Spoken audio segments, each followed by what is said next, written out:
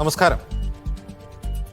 തൻ്റെ മനസ്സറിവോടെ അല്ലാതെ തൻ്റെ ആത്മകഥ പ്രസിദ്ധീകരിക്കാൻ ശ്രമിച്ച DC ബുക്സിനെതിരെ EP ജയരാജൻ വൈകുന്നേരം വക്കീൽ നോട്ടീസ് അയച്ചിരിക്കുകയാണ്. DC ബുക്സ് ആകട്ടെ സാങ്കേതിക കാരണങ്ങൾ മൂലം പ്രകാശനം വൈകും എന്ന് ഫേസ്ബുക്കിലൂടെ അറിയിക്കുക മാത്രമാണ് ചെയ്തിട്ടുള്ളത്. മറ്റൊരു വിശദീകരണവുമില്ല. EP ജയരാജൻ വാദിക്കുന്ന പോലെ താൻ എഴുതാത്ത ഭാഗങ്ങൾ തൻ്റെതെന്ന പേരിൽ പ്രസിദ്ധീകരിക്കുകയായിരുന്നു DC ബുക്സ്. തങ്ങളുടെ നിലയും വിലയും കളയുന്ന രീതിയിൽ DC ബുക്സ് പെരുമാറിയോ, അതോ ജയരാജനെതിരെ സ്വന്തം പാളയത്തിൽ തന്നെ ചതിയു? സ്വാഗതം. സ്പെഷ്യൽ എഡിഷനിലേക്ക് നമ്മുടെ അതിഥിയായി ഇടത് സഹയാത്രികൻ റജി ലൂക്കോസ്, മുസ്ലിം ലീഗ് വക്താവ് അഡ്വക്കേറ്റ് ഷിബു മീരാൻ, മാധ്യമപ്രവർത്തകൻ NP ചേക്കുട്ടി എന്നിവർ. ആദ്യം റജി ലൂക്കോസ്. റജി, ഇത് പാർട്ടി പറയുന്നത് EP ജയരാജൻ പറഞ്ഞു തൻ്റേതല്ല ആത്മകഥ എന്ന് പറയുന്നു. അപ്പോൾ ഇതിന് പിന്നിൽ ഒരു ക്രിമിനൽ ഗൂഢാലോചന ഉണ്ടായിട്ടുണ്ട് തീർച്ചയായിട്ടും. പ്രത്യേകിച്ചും തെരഞ്ഞെടുപ്പ് ദിവസമാണ്. കഴിഞ്ഞ ലോക്സഭാ തെരഞ്ഞെടുപ്പ് ദിവസം EP ജയരാജനെ മുൻനിർത്തി, അല്ലെങ്കിൽ EP ജയരാജൻ മൂലം പാർട്ടിക്കുണ്ടായ ഒരു ആക്രമണം നമുക്ക് ഓർമ്മയുണ്ട്. സമാനമായ ഒരു സംഭവം ഈ ഉപതെരഞ്ഞെടുപ്പിനും ഉണ്ടാവുകയാണ്. ഇവിടെ EP ജയരാജനെയും പാർട്ടിയെയും താറടിക്കാനുള്ള ഒരു ഗൂഢാലോചന എവിടെ നിന്നായിരിക്കും ഉണ്ടായിട്ടുണ്ടാവുക? EP ജയരാജനെയും പാർട്ടിയെയും താറടിക്കാനുള്ള ഗൂഢാലോചനയ്ക്ക് മുമ്പായിട്ട് ഈ പുസ്തകം പ്രസിദ്ധീകരിച്ചതിനെ കുറിച്ചൊരു ലളിതമായ ഒരു കാര്യം പറയട്ടെ. അതായത് ഇപ്പോൾ ഒരു പ്രസാധകൻ ഒരു പുസ്തകം പ്രസിദ്ധീകരിക്കുകയാണെന്ന് വിചാരിച്ചു. ആ പുസ്തകം പ്രസിദ്ധീകരിക്കുന്നതിന് മുമ്പ് ആ പുസ്തകത്തിന്റെ പൂർണ്ണരൂപം PDF ഫേസ്ബുക്കിൽ പോസ്റ്റ് ചെയ്യുക. പിന്നെ അത് പ്രസിദ്ധീകരിച്ചിട്ട് എന്തെങ്കിലും കാര്യമുണ്ടോ? ഏതെങ്കിലും ആരെങ്കിലും വ്യക്തി പിന്നെ പുസ്തകം പൂർണ്ണരൂപം ഫേസ്ബുക്കിൽ ആരെങ്കിലും പോസ്റ്റ് ചെയ്തിട്ടുണ്ടോ? ഞാൻ കണ്ടില്ല. പോസ്റ്റ് ചെയ്ത DC ബുക്സ് പൂർണ്ണരൂപം അതിന്റെ PDF രൂപം എന്റെ കയ്യിലുണ്ട്. ലോകം മുഴുവൻ കണ്ടു. മാധ്യമങ്ങൾ പുറത്തുവിട്ടിരിക്കുന്നത് DC ബുക്സ് ആണോ അത് പുറത്തുവിട്ടത്? അത് തന്നെ DC ബുക്സ് ആയിട്ട് കാര്യം ഞാനും പറഞ്ഞത്. അജിംസ DC ബുക്സ് അങ്ങനെ പുറത്തുവിട്ടപ്പോൾ വേണ്ടിയിട്ടാണ് നാടകം കളിച്ചിട്ടുണ്ടെങ്കിൽ DC ബുക്സ് ആണ് പുറത്തുവിട്ടത്. DC ബുക്സിന്റെ ഫേസ്ബുക്ക് പേജിലൂടെ അത് പുറത്തു വന്നിരിക്കുന്നത്. അതെനിക്കറിയില്ല. DC ബുക്സിന്റെ ഫേസ്ബുക്കിൽ പേജിൽ അതൊരു മാധ്യമം അല്ല, ഞാൻ പറഞ്ഞു കൊടുത്തില്ല. അതൊന്നും ഒരു മാധ്യമം അത് പ്രസിദ്ധീകരിക്കുന്നു. തങ്ങളാണ് ആദ്യമായിട്ട് ഇടുന്ന ഒരു മാധ്യമം പറയുന്നു. DC ബുക്സിനെ സംബന്ധിച്ചോളം രണ്ട് പ്രധാന കാര്യങ്ങളിൽ അവർ വളരെയധികം ഫെയിലായി പോയിരുന്നു. DC ബുക്സ് എന്ന് പറയുന്നൊരു DC കൗമറിയുടെ മകൻ രവി നടത്തുന്ന ഈ സ്ഥാപനം വളരെ റെപ്യൂട്ടഡ് ആയിട്ടുള്ള ഇന്റർനാഷണൽ ആക്സെപ്റ്റൻസ് ഉള്ള ഒരു സ്ഥാപനമാണ്. നമുക്കറിയാം ഒരുപാട് ബുക്സുകൾ, അത് നമ്മുടെ അരുന്ധതിയുടെ ബുക്ക് സഹിതം, ബുക്കർ പ്രൈസ് കിട്ടിയ ബുക്ക് സഹിതം പ്രസിദ്ധീകരിച്ചിട്ടുള്ള സ്ഥാപനമാണ് അതിൻ്റെ മലയാള പരിഭാഷ. ഞാൻ പറഞ്ഞു വരുന്നത് DC ബുക്സിന്റെ ഭാഗത്തു നിന്ന് രണ്ട് വീഴ്ചകൾ എന്ന് പറഞ്ഞാൽ ഒന്ന് അവർ ഇന്നലെ രാത്രിയിൽ ഈ ഇതിന്റെ PDF രൂപം പുറത്തുവിട്ടു, അല്ലെങ്കിൽ ഇതിനെക്കുറിച്ച് ഉള്ള വിവരങ്ങൾ പുറത്തുവിട്ടത് അവർ കാണിച്ചൊരു ഫൗള് തന്നെയാണ്. രണ്ടാമത്തെ വസ്തുത എന്ന് പറയുന്നത് EP ജയരാജൻ പറയുന്നു ഇത് ഞാൻ എഴുതിയ പുസ്തകമല്ല, ഞാനിങ്ങനെ ഒരു കാര്യങ്ങൾ പറഞ്ഞിട്ടില്ല. അപ്പോൾ അതിൽ നിന്നും ഒരു കാര്യം വ്യക്തമായിട്ടില്ലേ അദ്ദേഹം പറഞ്ഞതിൽ നിന്നും? എന്താ അദ്ദേഹം പറഞ്ഞു ഞാൻ ഇപ്പോഴും എഴുതിക്കൊണ്ടിരിക്കുക, 180 പേജുള്ള പൂർത്തീകരിച്ചിട്ടില്ല, അതിൻ്റെ കവർ ഡിസൈൻ ഞാൻ കണ്ടിട്ടില്ല, ഞാൻ അതിന് ടൈറ്റിൽ പോലും ഇട്ടിട്ടില്ല എന്ന് പറയുമ്പോൾ പിന്നെ എങ്ങനെയാണ് DC ബുക്സ് ഈ പ്രകാശനം ഇന്ന് രാവിലെ പത്രിക നടത്തുന്നത് പറഞ്ഞത്? തന്നെയല്ല, ഈ പ്രകാശനത്തിന് ആ പ്രസാധകന്റെ അതിഥിയായിട്ട് സ്വാഭാവികമായിട്ട് ആ എഴുതിയ ആളെ എഴുത്തുകാരനോടെ കിട്ടണ്ടേ? ഇതൊന്നുമില്ലാണ്ട് ഇങ്ങനെ പ്രസിദ്ധീകരിക്കുന്നത്. അപ്പോൾ അവിടെ വളരെ വ്യക്തമല്ലേ, എവിടെയോ മെനഞ്ഞ ഒരു കഥയ്ക്ക് ഒന്നുമില്ലെങ്കിൽ DC ബുക്സ് പിന്നെ കൂട്ടുനിന്നു, അല്ലെങ്കിൽ അവരുടെ കയ്യിൽ നിന്ന് വിട്ടുപോയി. ഇതാണ് അതിന്റെ വസ്തുത എന്ന് പറയുന്നത്. ഇനി അതിപ്രധാനമായിട്ട് വേറൊരു കാര്യമുണ്ട് അജിംസിനോട് ഞാൻ ചോദിക്കട്ടെ. ഒരു ബുക്ക് പ്രസിദ്ധീകരിക്കുന്നതിന് മുമ്പ് EP ജയരാജൻ എന്ന് പറഞ്ഞ വ്യക്തി ആരാണെന്നോട് നിങ്ങൾ ആലോചിക്കുക. അദ്ദേഹം ഈ പാർട്ടിയുടെ കേന്ദ്ര കമ്മിറ്റി മെമ്പറാണ്. സ്വാഭാവികമായിട്ട് സാഹിത്യ സാംസ്കാരിക മേഖലകളിലുള്ള ചട്ടക്കൂട് വെച്ച് EP ജയരാജൻ പാർട്ടിക്ക് ഈ ബുക്ക് സബ്മിറ്റ് ചെയ്യണം, എനിക്കിത് പ്രസിദ്ധീകരിക്കാൻ അനുമതി തരണമെന്ന് പറഞ്ഞു.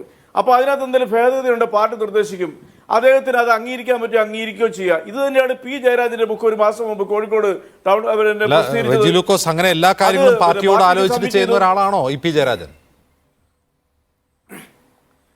അല്ലല്ല, EP ജയരാജനെ നിങ്ങൾ ചോദിക്കുന്നത് എന്തുദ്ദേശത്തിലാണ് ചോദിക്കുന്നത്? നിങ്ങൾ പറയുന്നത് ഇപ്പോൾ ജാവദേക്കർ പോയി കണ്ട കാര്യമില്ല. അതായത് ജാവദേക്കർ അദ്ദേഹത്തിനെ പോയി കണ്ട, അദ്ദേഹം പോയി കണ്ടാലും. ഞാൻ പറയുന്നത് ഞങ്ങളുടെ പാർട്ടിയുടെ ചട്ടക്കൂട് അവരുടെ ഏത് പാർട്ടിയാണെങ്കിലും അങ്ങനെ ചെയ്യത്തുള്ളൂ. അത് നിങ്ങൾ ശ്രദ്ധിച്ച് നോക്കിയേ. ഈ P ജയരാജൻ ചെയ്തെന്താ? P ജയരാജൻ ഈ ബുക്ക് സബ്മിറ്റ് ചെയ്യുന്നു പാർട്ടിക്ക്. പാർട്ടി അത് നോക്കി കുറച്ച് ഭേദഗതി വരുത്തി മുഖ്യമന്ത്രി പ്രകാശനം ചെയ്തു. എന്നിട്ട് മുഖ്യമന്ത്രി പറഞ്ഞത് എന്താ? ഇതിനകത്തെ കാര്യങ്ങളുടെ ഉത്തരവാദിത്തം എഴുതിയ ആൾക്ക് തന്നെയാണ്. അദ്ദേഹം കൃത്യമായിട്ട് പറഞ്ഞിട്ട് പോയി. ഈ EP ജയരാജനെ സംബന്ധിച്ചുള്ള പാർട്ടിക്ക് ഇത് സബ്മിറ്റ് ചെയ്യാൻ സമയമായിട്ടില്ല. കാരണം അദ്ദേഹം പറഞ്ഞത് അത് പൂർത്തീകരിച്ചിട്ടില്ലെന്നാണ് പറഞ്ഞത്. പൂർത്തീകരിച്ചാൽ പാർട്ടിക്ക് കൊടുക്കും. പാർട്ടിയുടെ അനുമതി ഇല്ലാണ്ട് ഒരു കേന്ദ്ര കമ്മിറ്റി മെമ്പർക്ക് ഒരു കാരണവശാലും ഈ ബുക്ക് പ്രസിദ്ധീകരിക്കാൻ പറ്റത്തില്ല. അല്ലെങ്കിൽ അദ്ദേഹം CP അംഗമല്ലാതായിരിക്കണം. ഏറ്റവും ഉത്തരവാദിത്തത്തോടെ പദവിയിലുള്ള ആളാ. അപ്പൊ അതിൽ നിന്ന് എന്താ വ്യക്തമാക്കുന്നത്? ഇന്ന് ഉപതെരഞ്ഞെടുപ്പ് നടക്കുന്നു, അതിൽ ഏറ്റവും കൂടുതൽ പാർട്ടിയുടെ അനുമതി ഇല്ലാതെ തന്നെ അദ്ദേഹം മാതൃഭൂമിയുമായും DC-യുമായും ചർച്ച നടത്തി പുസ്തകം പ്രസിദ്ധീകരിക്കുന്നതിനെ കുറിച്ച്. അല്ല, അത് അദ്ദേഹത്തിന് പറയാമല്ലോ. അതിന് പാർട്ടിയുടെ അനുമതിയുടെ ആവശ്യമില്ല. പാർട്ടിയുടെ അനുമതി കിട്ടുമ്പോൾ കൊടുത്താൽ പോരാ. അതേ ആരെ ഏൽപ്പിച്ചിട്ടില്ല. താൻ മാതൃഭൂമിക്ക് കൊടുക്കാനാണ് താല്പര്യപ്പെടുന്നത്. DC ഞാൻ ഏൽപ്പിച്ചിട്ടില്ല, തനിക്ക് അറിയില്ല എന്ന് പറഞ്ഞു. തന്നെയുമല്ല അദ്ദേഹത്തിന്റെ ബാധ്യതയ്ക്ക് പ്രസക്തിയുണ്ട്. അദ്ദേഹം DGPക്ക് പരാതി നൽകി. ഇത് ടെലികാസ്റ്റ് ചെയ്ത മാധ്യമത്തിനെതിരെ പരാതി നൽകി. DGPക്ക് കൊടുത്ത പരാതിയിൽ DC ബുക്സ് എന്നൊരു പേര് പോലുമില്ല. റെജി ലൂക്കോസ് ഇല്ല. ഞാനത് പറഞ്ഞല്ലോ, ഞാനിപ്പോൾ പറഞ്ഞല്ലോ. പ്രസാദ് ഇത് ടെലികാസ്റ്റ് ചെയ്ത മാധ്യമത്തിനെതിരെയാണ് അദ്ദേഹം DGPക്ക് പരാതി കൊടുത്തിരിക്കുന്നത്. എന്നാൽ വക്കീൽ നോട്ടീസ് അയച്ചിരിക്കുന്നത് ആർക്കെതിരെയാ? DC ബുക്സിന് നേരിട്ടാണ് വക്കീൽ നോട്ടീസ് അയച്ചിരിക്കുന്നത്. ഇനി അതിലൊക്കെ പ്രധാനപ്പെട്ട കാര്യം പറയാം. ഇത്തരം കാര്യങ്ങൾ രാവിലെ നിഷേധിച്ചിട്ട് ഇതുവരെ EP ജയരാജനെ കൗണ്ടർ ചെയ്യാനായിട്ട് തയ്യാറായതുകൊണ്ട് ആ പത്രയ്ക്കെന്നുള്ള സമയം കഴിഞ്ഞ് ഞങ്ങൾ ആ പ്രസിദ്ധീകരണം മാറ്റി വെച്ചിരിക്കുന്നതാണ് DC ബുക്സ് പറയുന്നത്. എന്തുകൊണ്ടാണ്? ഇനി രണ്ടാമത്തെ കാര്യം, ഒരു കരാറിൽ റെജി എന്താണ് സംശയിക്കുന്നത്? EP ജയരാജനെ ചതിച്ചത് ആരാണ്? DC ബുക്സ് ആണോ? അതെനിക്കറിയാൻ പറ്റത്തില്ല. ആരെ ചതിച്ചെന്ന് പറയാൻ എനിക്ക് പറ്റത്തില്ല. EP ജയരാജനെ ചതിച്ചു എന്നൊരു വാക്കിനകത്ത് എന്ത് പ്രസക്തിയാണ് രാജ്യംശമുള്ളത്? അതിൽ പ്രസക്തിയുണ്ട് റെജി ലൂക്കോസ്. അതിന്റെ കാരണം പരിപ്പോടയും കട്ടൻ ചായയും എന്ന് പേരുള്ള ഒരു പുസ്തകം ഞാൻ എഴുതുമോ എന്ന് അദ്ദേഹം ചോദിക്കുക. അങ്ങനെ ഒരു ഹെഡിങ് ഞാൻ ഇടുവോ എന്നാണ് അദ്ദേഹം ചോദിക്കുന്നത്. അത് ശരിയാണെന്ന് നമുക്കും തോന്നൂലേ? അങ്ങനെ ഒരു പേര് EP-യുടെ ഒരു ആത്മകഥാംശമുള്ള ഒരു പുസ്തകത്തിൽ അങ്ങനെ ആരെങ്കിലും പേരിടുവോ? അപ്പോൾ ഇത് എവിടെ നിന്നാണ് ഈ ഗൂഢാലോചന? അങ്ങനെയാണെങ്കിൽ ഇതൊരു ക്രിമിനൽ കോൺസ്പിറസി അല്ലേ? അതിന് കേസ് എടുക്കണ്ടേ? ആ കേസ് കൊടുക്കുമ്പോൾ പോലും DC ബുക്സ് എന്നുള്ള പേര് EP ജയരാജൻ പറയുന്നില്ല. അല്ല, തീർച്ചയായിട്ടും അന്വേഷിക്കട്ടെ. അത് അന്വേഷിച്ച് പുറത്തു വരട്ടെ. കേരളം കാത്തിരിക്കുകയാണ്. ഞാൻ പറഞ്ഞല്ലോ, ഞാൻ പ്രധാനപ്പെട്ട ഒരു പോയിന്റിലേക്കാണ് വരുന്നത്. EP-യുടെ DGPക്കുള്ള പരാതി മാധ്യമങ്ങൾക്കെതിരെയാണ്. അതായത് ഇത് വാർത്തയാക്കിയ മാധ്യമങ്ങൾക്കെതിരെയാണ് പരാതി, അല്ലാതെ DC-ക്കെതിരെ അല്ല പരാതി. അല്ല, തീർച്ചയായിട്ടും ഞാനത് ഫസ്റ്റ് മറുപടി തന്നെ ഞാനത് പറഞ്ഞല്ലോ. അത് പ്രസിദ്ധീകരിച്ച മാധ്യമങ്ങൾക്കെതിരെയാണ് അദ്ദേഹം DGPക്ക് വക്കീൽ നോട്ടീസ് കൊടുത്തിട്ട്, അല്ല DGPക്ക് പരാതി നൽകിയിരിക്കുന്നത്. അത് തന്നെയുമല്ല, DC ബുക്സിൽ അദ്ദേഹം വക്കീൽ നോട്ടീസ് അയച്ചിരിക്കുന്നു. ഇതിപ്പോ അതാണ് എന്റെ പോയിന്റ്. ഒറ്റ സെക്കൻഡ്. അതായത് കേസ് കൊടുക്കുക, FIR ഇട്ട് കേസ് എടുക്കാൻ വേണ്ടിയാണല്ലോ DGPക്ക് പരാതി കൊടുക്കുന്നത്. അതിൽ DC ബുക്സിന്റെ പേരില്ല. അയച്ച വക്കീൽ നോട്ടീസ് പറയുന്നത് എന്താണ്? നിങ്ങളുടെ പോസ്റ്റ് എല്ലാം പിൻവലിക്കണം, മാപ്പ് പറയണം എന്ന് മാത്രമാണ്. അവിടെ കേസില്ല. അവിടെ മാപ്പ് പറഞ്ഞാൽ തീരുന്ന പ്രശ്നമേ ഉള്ളൂ. അപ്പൊ ഇതിൽ നിന്ന് എന്താ മനസ്സിലാക്കേണ്ടത്? അല്ല, അതിനകത്ത് മനസ്സിലാക്കേണ്ടത് വളരെ സിമ്പിളായ കാര്യമാണ്. അദ്ദേഹം പറഞ്ഞിട്ട് അതിന്റെ അടിയിൽ ലൈൻ കൊടുത്തിട്ടുണ്ട്. ആ സാധനം എൻ്റെ അടുത്തുണ്ട്, നമ്മളെല്ലാം കണ്ടതാ. ഇല്ലെങ്കിൽ നിയമപരമായ നടപടി സ്വീകരിക്കുന്ന പറഞ്ഞിരിക്കുന്നത്. ഇനി മാപ്പ് ഇത് പിൻവലിച്ചാൽ തീരുന്ന ഡാമേജ് അല്ലല്ലോ റെജി ലൂക്കോസ്. ഇപ്പോ DC അവരുടെ ഫേസ്ബുക്ക് പോസ്റ്റ് പിൻവലിച്ചാൽ തീരുന്ന ഡാമേജ് ആണോ പാർട്ടിക്ക് EP ജയരാജനും ഉണ്ടായിട്ടുള്ളത്? ഒരു ഉപതെരഞ്ഞെടുപ്പ് ദിവസം ഈ സർക്കാരിനെ ഒരു കേന്ദ്ര കമ്മിറ്റി അംഗം വിമർശിക്കുന്നു എന്ന പുസ്തകത്തിന്റെ ഭാഗം പുറത്തു വരുന്നു. ആ പുസ്തകത്തിന്റെ PDF കംപ്ലീറ്റ് പുറത്തു വരുന്നു. അങ്ങനെ ഒരു പുസ്തകം ഇദ്ദേഹത്തിന്റെ മനസ്സറിവില്ല എന്ന് ഇദ്ദേഹം പറയുന്നത് പോലെ പ്രകാശനം ചെയ്യാൻ വേണ്ടിയുള്ള അനൗൺസ്മെന്റ് ഉണ്ടാകുന്നു. ഇതിലൊരു ക്രിമിനൽ ഗൂഢാലോചന ഇല്ലേ? അല്ല, ഉണ്ടായിരിക്കാം. തീർച്ചയായിട്ടും തെരഞ്ഞെടുപ്പ് മുന്നിൽ കണ്ടുകൊണ്ടുള്ള ഒരു ഗൂഢാലോചന ഇതിനകത്തുണ്ടെന്നുള്ള കാര്യത്തിൽ ഞാൻ സംശയിക്കുന്നുണ്ട്. ഇല്ല എങ്കിൽ കോൺഗ്രസ് പറഞ്ഞ രാഷ്ട്രീയ പ്രസ്ഥാനം ഇത് പുറത്തു വന്ന് EP ജയരാജൻ അറിയുന്നതിന് മുമ്പ് അവരുടെ പ്രതികരണം വന്നു കഴിഞ്ഞു, BJPയുടെ പ്രതികരണം വന്നു കഴിഞ്ഞു. അപ്പോൾ അതിൽ എന്താ മനസ്സിലാക്കേണ്ടത്? എവിടെയെങ്കിലും ഇതിലൂടെ EP ജയരാജനെ സ്ഥിരമായിട്ട് വിവാദത്തിൽപ്പെടുത്തി ചേലക്കര ഉപതെരഞ്ഞെടുപ്പിൽ, വയനാട്ടിൽ ഞാൻ അതിനകത്ത് കണക്ട് ചെയ്യുന്നില്ല, ചേലക്കര ഉപതെരഞ്ഞെടുപ്പ് നേട്ടം കിട്ടാറില്ല. അപ്പൊ ചേലക്കരയിൽ വരുന്ന വാർത്ത എന്താ? ജനം അടുത്തു. ജനം ഇപ്പോൾ കോൺഗ്രസ് അവിടെയാണ് ക്വസ്റ്റ്യൻ. സ്വന്തം പാർട്ടിയെ ഒരു തെരഞ്ഞെടുപ്പ് ദിവസം അപകടത്തിലാക്കും വിധം ഇത്തരത്തിൽ പെരുമാറിയത് ആരാണ് എന്ന് കണ്ടെത്താൻ EP ജയരാജന് വ്യക്തിപരമായ ബാധ്യതയുണ്ട്. അവിടെ പോലും DGPക്ക് പരാതി കൊടുക്കുമ്പോൾ ഇങ്ങനെ ഒരു പുസ്തക പ്രകാശനത്തിന് അനൗൺസ്മെന്റ് നടത്തിയ ആ സ്ഥാപനത്തിനെതിരെ EP-ക്ക് ഒരൊറ്റ വാക്കില്ല. ആ പരാതിയിൽ എവിടെയും DC ബുക്സ് എന്നില്ല, മാധ്യമങ്ങൾക്കെതിരെയാണ് പരാതി. പിന്നെ എങ്ങനെ കേസെടുക്കും? അത് വളരെ സിമ്പിൾ അല്ലേ അജിംസ്? അതെങ്ങനെ അങ്ങനെ വയ്ക്കാനിരിക്കുന്നത്? നിങ്ങളൊരു കാര്യം മനസ്സിലാക്കിയേ, എൻ്റെ ആദ്യത്തെ ചോദ്യത്തിനുള്ള മറുപടി വളരെ കറക്റ്റ് അല്ലേ? നിങ്ങൾ ആലോചിക്കും, ഇതിനകത്തൊരു ഗൂഢാലോചന, പാർട്ടി വിരുദ്ധമായിട്ട് എവിടെയോ ആലോചിച്ചിട്ടുണ്ടെന്നുള്ളത് വളരെ വ്യക്തമായൊരു ചിത്രമല്ല ഞാൻ തന്നത്. മുഴുവൻ പേജ് PDF ആയിട്ട് ഫേസ്ബുക്കിൽ പോസ്റ്റ് ഇട്ടിട്ട് ഇനി ആ പുസ്തകം പ്രസിദ്ധീകരിച്ചിട്ടുള്ള കാര്യമുണ്ടോ? എല്ലാവരും വായിച്ചു കഴിഞ്ഞു. ആരെങ്കിലും ഇനി ആ പുസ്തകം വായിക്കുമോ? അപ്പൊ അതിന്റെ പിന്നിലൊരു നാടകം നടന്നിട്ടില്ലേ? ആ നാടകം എന്താണെന്നുള്ള അന്വേഷിച്ച് പുറത്തു വരട്ടെ.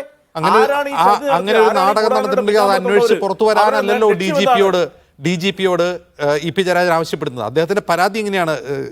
I am astonished and shocked to see the media reports widely published with certain fictitious imaginary disclosures regarding the contents of my autobiography.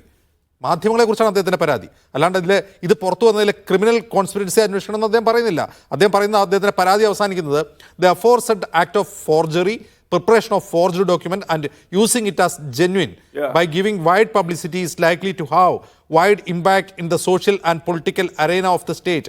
Hence, this complaint is preferred for a proper investigation and registration of crime against it prepare. അതായത് ഫോർജറിയാണ് അദ്ദേഹത്തിൻ്റെ ആലോചന. അതിൽ ഗൂഢാലോചന അദ്ദേഹം പരാമർശിക്കുന്നേയില്ല. അല്ല, അത് ശരിയാണെന്ന് ഞാനും വായിച്ചത്. നമ്മൾ അത് ഫേസ്ബുക്കിലും പിന്നെ ഗൂഗിളിൽ അടിച്ചിട്ടുണ്ട്, അത് മുഴുവൻ കിട്ടുകയും ചെയ്യും. ഞാൻ പറയുന്നത് 12 മണിക്കൂറിന്റെ ആയുസ് ഇതിനകത്ത് ഉണ്ടായിട്ടുള്ള ഈ നിമിഷം വരെ അദ്ദേഹം വക്കീൽ നോട്ടീസ് കൊടുത്തിരിക്കുന്ന നിയമപരമായ നടപടിയിലേക്ക് പോകുമെന്ന് പറഞ്ഞു. ഇന്നിപ്പോൾ വൈകുന്നേരം അദ്ദേഹത്തിന്റെ ആയിട്ട് വന്നിരിക്കുന്ന പ്രസ്താവന മുന്നോട്ട് പോകും. വക്കീൽ നോട്ടീസ് വഴി ഇ.പി. ജയരാജൻ ആവശ്യപ്പെടുന്നത് ഇത് പിൻവലിക്കാനാണ്. അവരിനി പിൻവലിച്ചു കഴിഞ്ഞാൽ ഈ പ്രക്രിയ കൊണ്ടുണ്ടായ ഡാമേജ് പാർട്ടിക്കും ഇ.പി. ജയരാജനും മാറുമോ? ഇല്ലല്ലോ. അല്ല, ഇതിനകത്ത് പാർട്ടിക്ക് എന്ത് ഡാമേജ് ഉള്ളത്? പാർട്ടിക്ക് എന്ത് ഡാമേജ്? നിങ്ങൾ എങ്ങനെയാണ് ഇത് CPM കണക്ട് ചെയ്ത്? എനിക്ക് ഒന്നും മനസ്സിലാകുന്നില്ല. പിണറായി വിജയൻ സർക്കാർ മൊത്തത്തിൽ, രണ്ടാം പിണറായി വിജയൻ സർക്കാർ മൊത്തത്തിൽ പോരാ. പാലക്കാട്ടെ സ്ഥാനാർത്ഥിയെ കുറിച്ച് മോശം അഭിപ്രായമൊക്കെ എഴുതിയിട്ടാണ് ഈ വാർത്ത പുറത്തു വരുന്നത്. അതാണ് പുറത്തു വരുന്ന PDF-ലുള്ളത്. അതാണ് ഈ ആത്മകഥാംശമുള്ള ഈ പുസ്തകത്തിലുള്ളത്. അതൊന്നും പാർട്ടിക്ക് ഒരു തരത്തിലുള്ള നാണക്കേടോ ഡാമേജ് ഉണ്ടാക്കില്ലേ? അല്ല, ഇ.പി. എഴുതിയ ആള് തന്നെ എഴുതുന്ന ആള് തന്നെ പറഞ്ഞു ഞാൻ എഴുതാത്ത വാചകങ്ങളാണ് ഇത് മുഴുവനും.